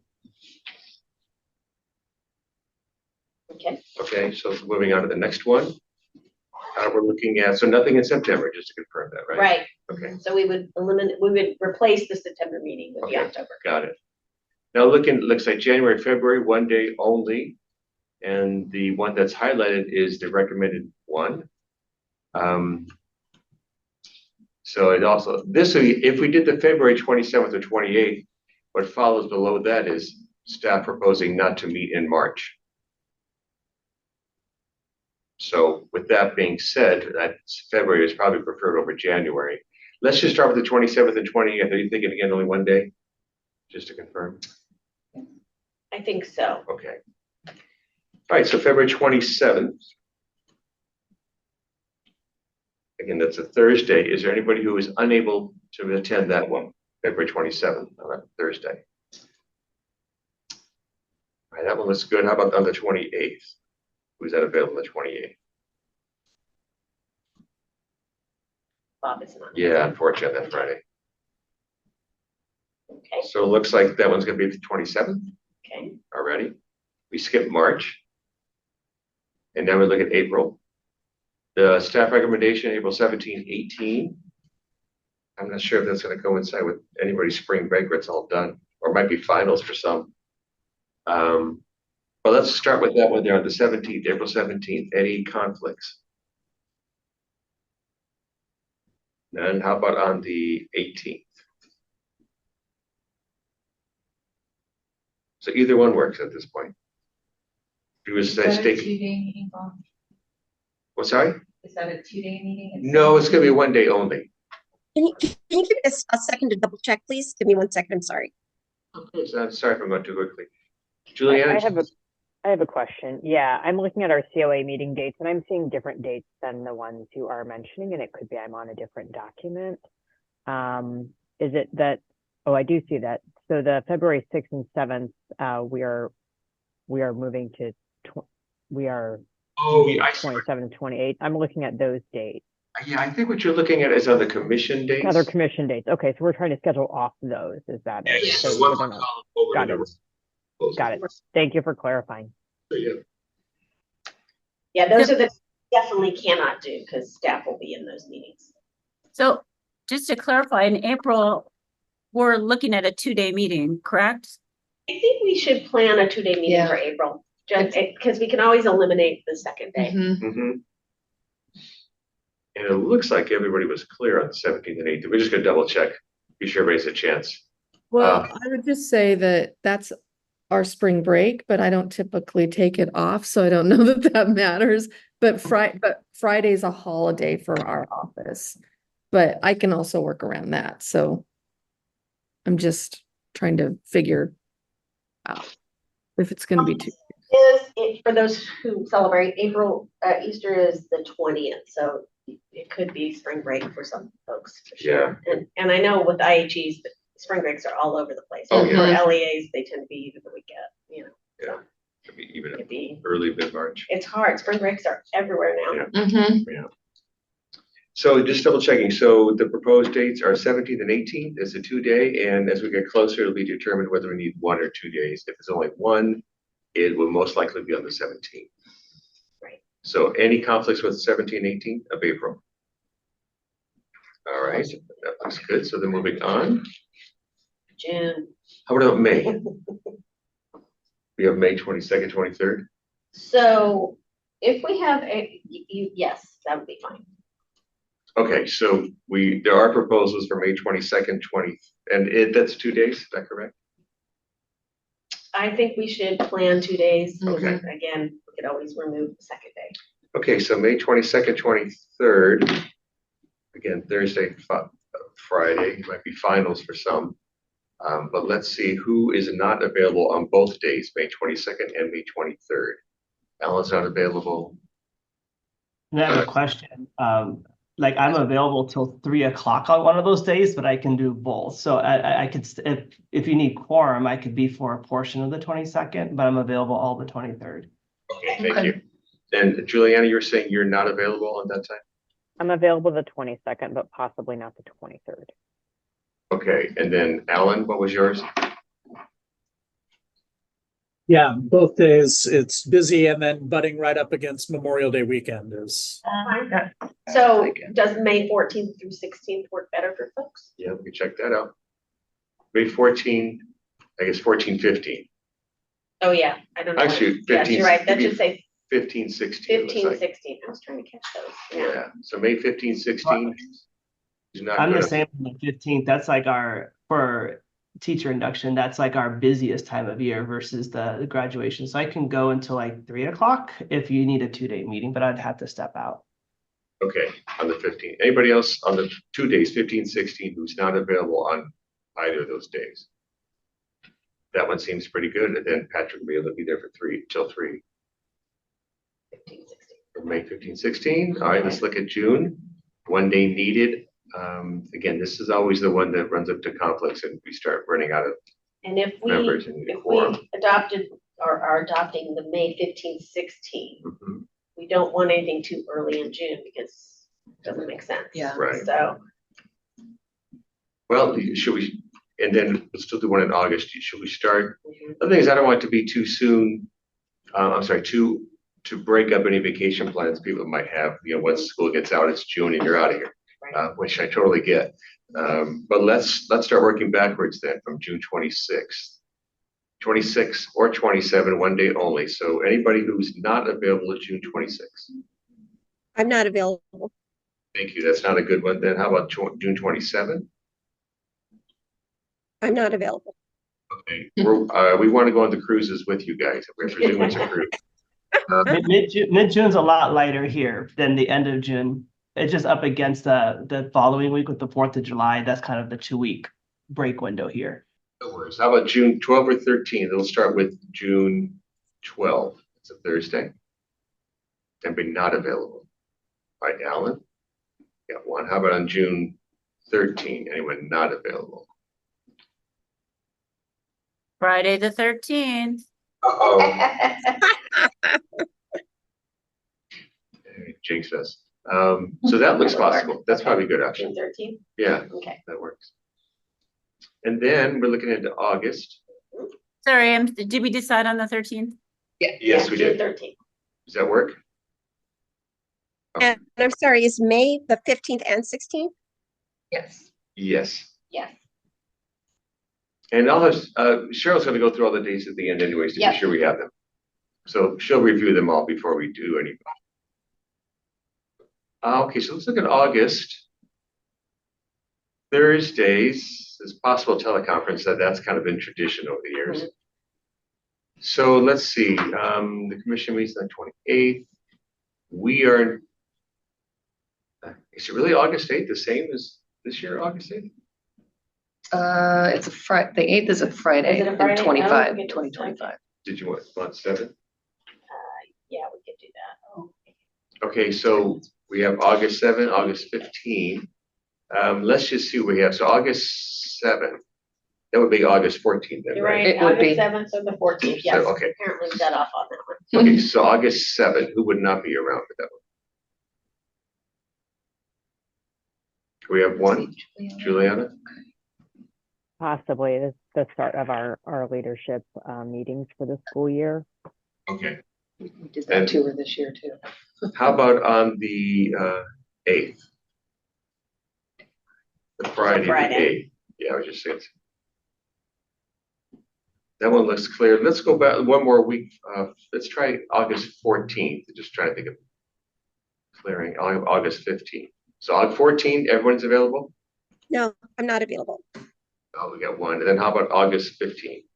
I'm not available. Let's go back then to August 7th, Juliana. You're saying it's kind of a possible crazy date for you? Start of leadership. It is a virtual meeting, which is great, but I'm Yeah. just not available on the 15th or 14th. I don't know, the reception would be like in Bali, but maybe it'd be good for you. You look like somebody else who would be taking these nice exotic vacations. So Juliana, are you not available on the 7th? Is that?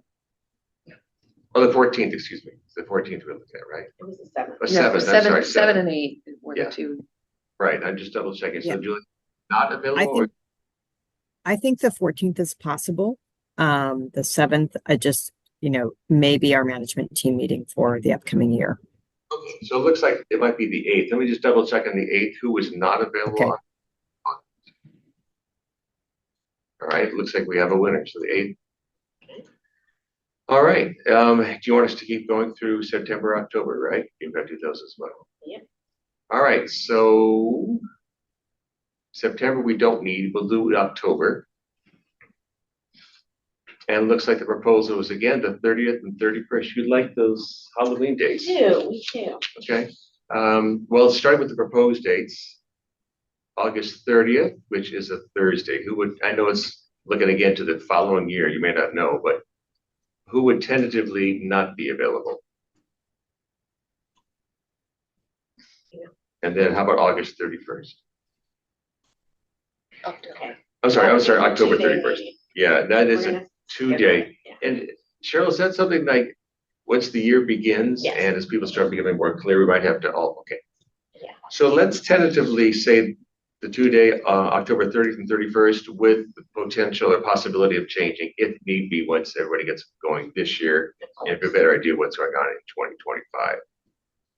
2025. All right. Oh, Cheryl, would you mind going back over the dates? I'm happy to. So I have October 31st. So we're eliminating the September meeting and moving it to the October 31st date. February 27th, April 17th and 18th, May 15th and 16th, June 13th, also my birthday, and August 8th, and October 30th and 31st of 2025. Can you repeat those and slow down a little bit? I'm trying to write them down to double check. Thank you. So the first would be to get rid of the September of 2024 date and instead do October 31st of 2024. That's this October.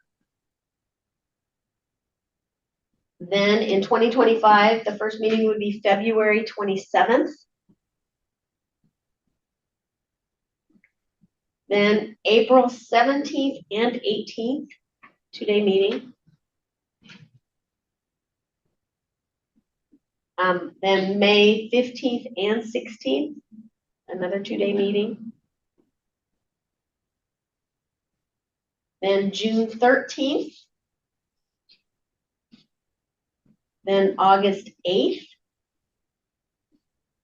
And then October 30th and 31st, 2025. And of course, all of those that are 2-day meetings, depending on the workload, we can change to 1-day meetings. I'm starting to do this. Looking back at the June date, there's a possibility of me not being available on the 13th. Okay. I mean, one person's. Great if it's our kind. Well, I was going to double check. Well, thanks, no pressure. On the 12th, if we can go back and look at June 12th, I know there were a number of people who were not available. May I see who was not available? June 12th? Just Ellen. Oh, we like Ellen. We do. We like all of you. We like you all. All right, let me ask on June 5 or 6. Who would not be available at June 5th? Okay, that's not a good one, it looks like. And then how about June 6th? And that comes pretty close after May 27th. Yeah. Yeah, it is too close. Oh, May 15th, 16th. I'm sorry. I'm sorry, May 15th. Yeah. Thank you. Well, we've got I guess the option of June 12th or June 13th. So Alan can't be on the 12th. I can't be on the 13th. So I'll just defer to staff, whatever you guys recommend. I defer to Bob. Go. Bob's got the gavel. You want the day off? Is that what it is? So you're available on the 12th, Bob? Maybe not even then. Okay. Yeah, I might be doing a band camp the entire week. Oh, band camp. Oh, okay. Yeah, leading a high school band camp. But that's what co-chairs are for too. Right, So. I know. So you might just do without me. Okay. So which day are we leaving it? We'll leave it on the 13th. 13th. Okay. Yep. All right. Okay, so we need a motion. All right, so is there a motion? Do we need to review all the dates? Everybody got the dates? Okay, is there a motion to accept the proposed 2025 COA meeting dates as we just discussed? So moved. Yes.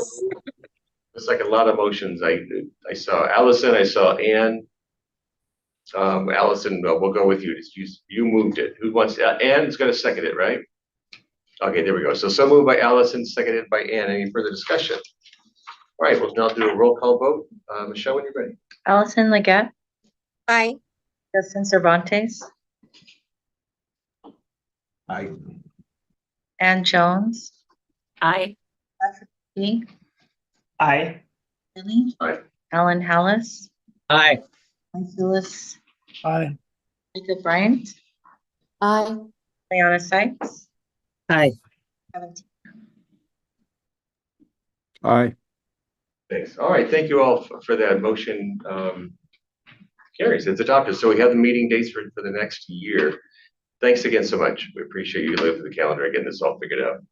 All right, moving forward, we now have item 14 is nomination and election of COA co-chairs, and Administrator Cheryl Hickey will present the item. Ms. Hickey, will you please begin? Yes. So at the last meeting, we opened nominations for the co-chairs for next year, and we Bob Frelly was nominated once again for the IHE co-chair, and Patrick McKee was nominated for the LEA co-chair. And so we leave the nomination open to right now. So if there is anyone else who would like to nominate someone, we're asking for those nominations right now. And I'd just like to state that, I've done this for a number of years, so I do not want to be taking the position if there's others who really want to do this. I'm totally okay relinquishing it. I mean, I thoroughly enjoy this, or at the same token, if somebody wants the opportunity, I do not want me to be in the way. Okay, yes, Anne. Not a nomination, a question, two questions. The item says Bob Frelly has served a total of terms. That's a lot. A total of how many? That's a very good question. He has infinite. He has served, I believe, it should have the dates on there. I believe it's like at least 4 terms. Yeah. So in putting him back in the co-chair, you actually have to take two votes, and I'll walk you through that in a moment. You have to vote to override your own procedures manual and allow him to do that, and then you have to vote him in. So okay, and then the item says committee member Katrine Kozlowski, I probably butchered that, I apologize, is the only other COA member that has previously served as co-chair. And actually, not that it matters because I'm brand new, but I have served twice. yes, yeah, that's a good point. I just want the record to be probably accurate. Yeah, but I think it was written before you were appointed, but thank you. That's an excellent point that we'll include. So the procedures manual, it says that a person is limited to 2 terms, but that is your procedures manual, and you are allowed to override that with a vote of the majority. So if there are there any other nominations? Okay. So I will call then for a vote. Well, let's start with the LEA position. So we have Patrick McKee as being the one who's been nominated. I guess I have to do a roll call vote. I keep forgetting that. So yes, staff, can you call for the roll call vote?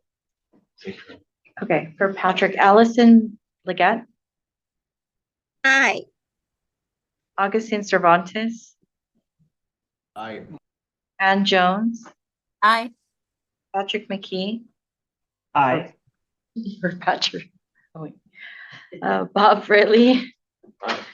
Alan Hallis. Aye. Phyllis. Aye. Micah Bryant. Aye. Anna Sykes. Aye.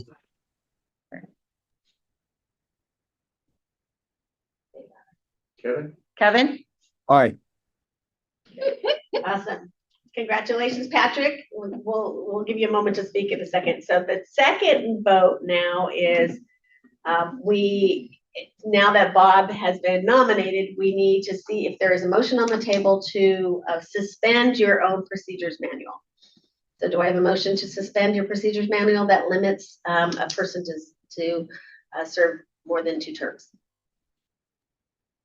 Motion to suspend the manual process. Thank you, Augustine. And a second?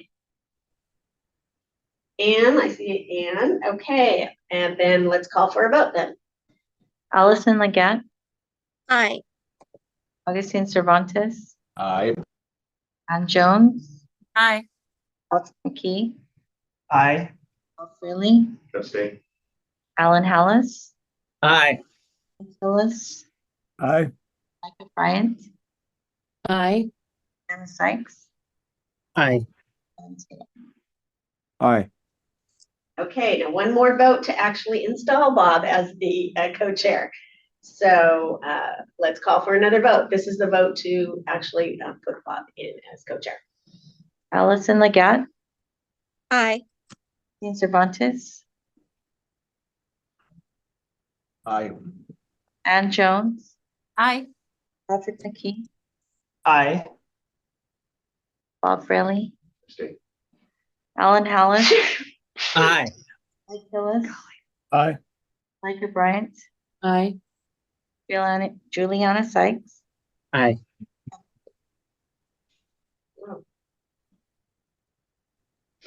Kevin. I didn't hear. Aye. Kevin. Perfect. All right, that's it. Congratulations to both Patrick and to Bob. And do you both want to say something? Patrick, you want to go first? Well, I've absolutely learned from the best with you, Bob, but I just want to just thank everyone for their confidence, but most importantly for the collaborative teamwork. It's been an honor to serve, and the commission staff and the hard work that you do really makes our work a lighter load in ensuring in the end that educators are getting what they need and students are getting what they need. So it's been a joy to serve as a member, and it will continue to be a joy to serve along you, Bob. You, as I shared with you, you are a phenomenal leader of our group. And I think what you do to honor process and honor voice is to be commended. So thank you. Thank you, Patrick. I appreciate that. I'm looking forward to working with you. It's going to be fun. And thank you all again for your vote of confidence. And I'm always inspired by you. It's a great team to work with. Every time I do these meetings, I learn so much. Even though I'm behind the gavel, I just absorbing all your information and the way that you process and the care and thoughtfulness is really commendable. I respect it greatly. I highly value everybody's opinion. And this really is one of my favorite things to do throughout the year. So I really do appreciate again your vote of confidence and look forward to serving with you for one more year. And it's only one more year. My term's up at the end of this year. I'm out. So you got to start thinking who's going to take my spot next year. But anyway, so again, thank you so much. Irreplaceable.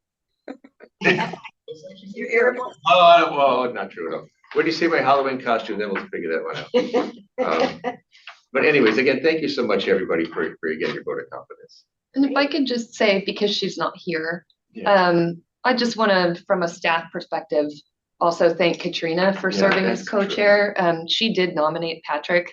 But I know that she enjoyed being co-chair, and it was a pleasure to work with her. So I know when hopefully when she goes back to listen to the recording of this meeting to catch up on things, I just want to go on record and say that we've appreciated her leadership as well.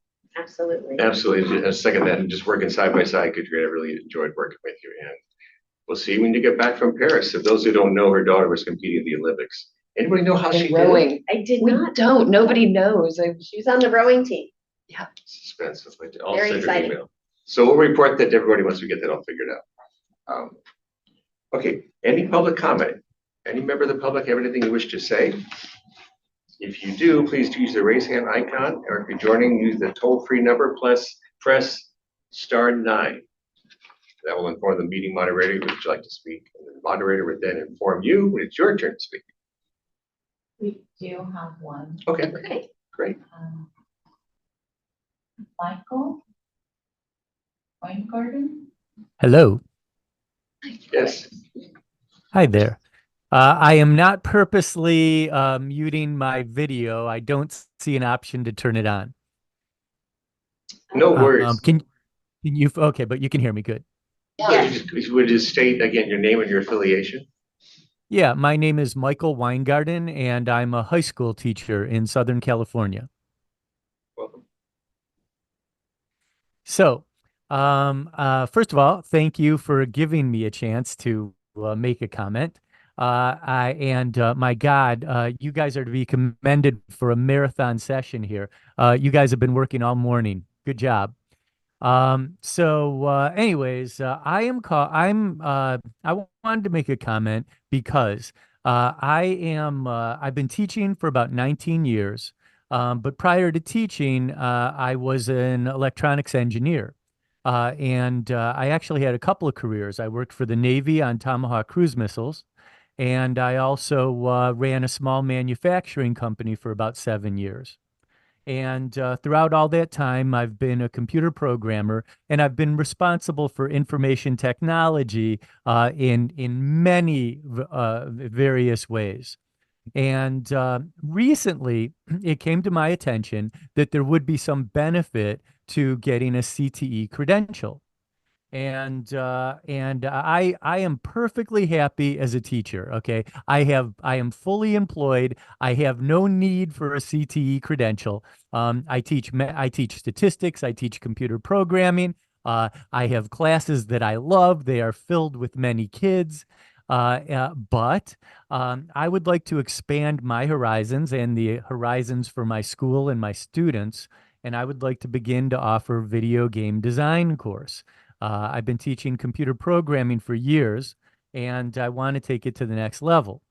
When you go to look at how video game design is classified in the UC system, you can see that it's classified as sometimes it's classified as visual and performing arts, and sometimes it's classified as CTE.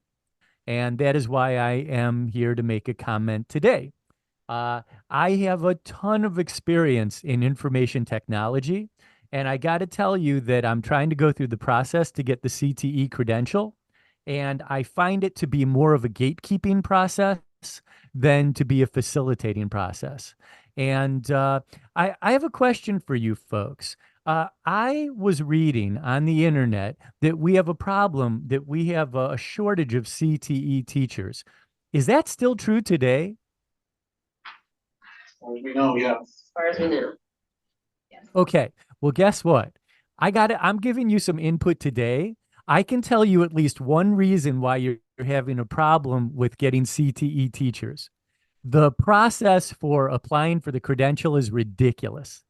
I am so overqualified to get a CTE information in information technology. It's ridiculous. And what happens is when you go to begin the application process, it's very cookie cutter, and there's no wiggle room whatsoever. There's things like you must receive a letter that is written in a specific format from your previous employer. My previous employer was 96, so do the math. At least 20 years ago. The Navy was more than happy to send proof of my date of hire, the date that I resigned, my title, my full-time work status. But I am being told by my CTE sponsor in my area that the evidence from the Navy is not sufficient, that a letter needs to be written in a specific format, and that just cannot happen. Also, let me add to this. During the pandemic, I contributed above and beyond my teaching, ability to my school and my students. I was also helping other teachers to get comfortable with giving lessons via Zoom and creating instructional videos, and using new software called Canvas to organize and make our curriculum available online. I put in for a couple of years there. It was I wouldn't say a full-time job, but it was a part-time job outside of my teaching, and I was paid for it in addition to putting in a lot of free hours. I got a letter from my principal stating that, yeah, thank you. Doesn't that sound something like career counselors could help with? But no, what the feeling that I'm getting is that no, you're not able to meet the items on the checklist exactly as they're specified, and therefore, no, we cannot help you. And furthermore, even the process to apply cost $140. My sponsor is telling me she can't even answer my questions unless I pay the $140. So unfortunately, in this format with Bagley King, we're not allowed to engage in a conversation. Because it's not agendized, but our staff would be happy to talk with you further on this. We do have somebody who specializes in CTE, so we would let if. I think the best thing to do is maybe you can email me directly, and you can see the chat. Is that correct? Yes, I can. Yes. Email in there, and if you would email me, and we will talk. Thank you. Also, let me clarify, I'm the one who made the comment about career counselors. We at the commission have staff now that are devoted to this role, career counselors, and to helping people sort of find their pathway through all of the options that are sometimes available. And so if you were to go to our website, there is a place where you can make an appointment to meet with those folks. And so that might be helpful. So not a career counselor outside this agency, but we have them within our agency now. And so that might be helpful. Yeah. I will take any help I can get. Can you also post the link to the website, or is it just CTC? It is ctc.ca.gov. I apologize. I'm not trying to be unhelpful, but unfortunately, I loaned my computer to someone this morning, and I've been on the meeting on my phone, so I have limited. I'm sure you could probably tell me how to better utilize my phone. Okay. So somebody just posted the link. I am going to try to copy that. I got to tell you, it's not letting me copy from the chat for some strange reason. That's okay though. Just go to ctc.ca.gov, and in the search put roadmap.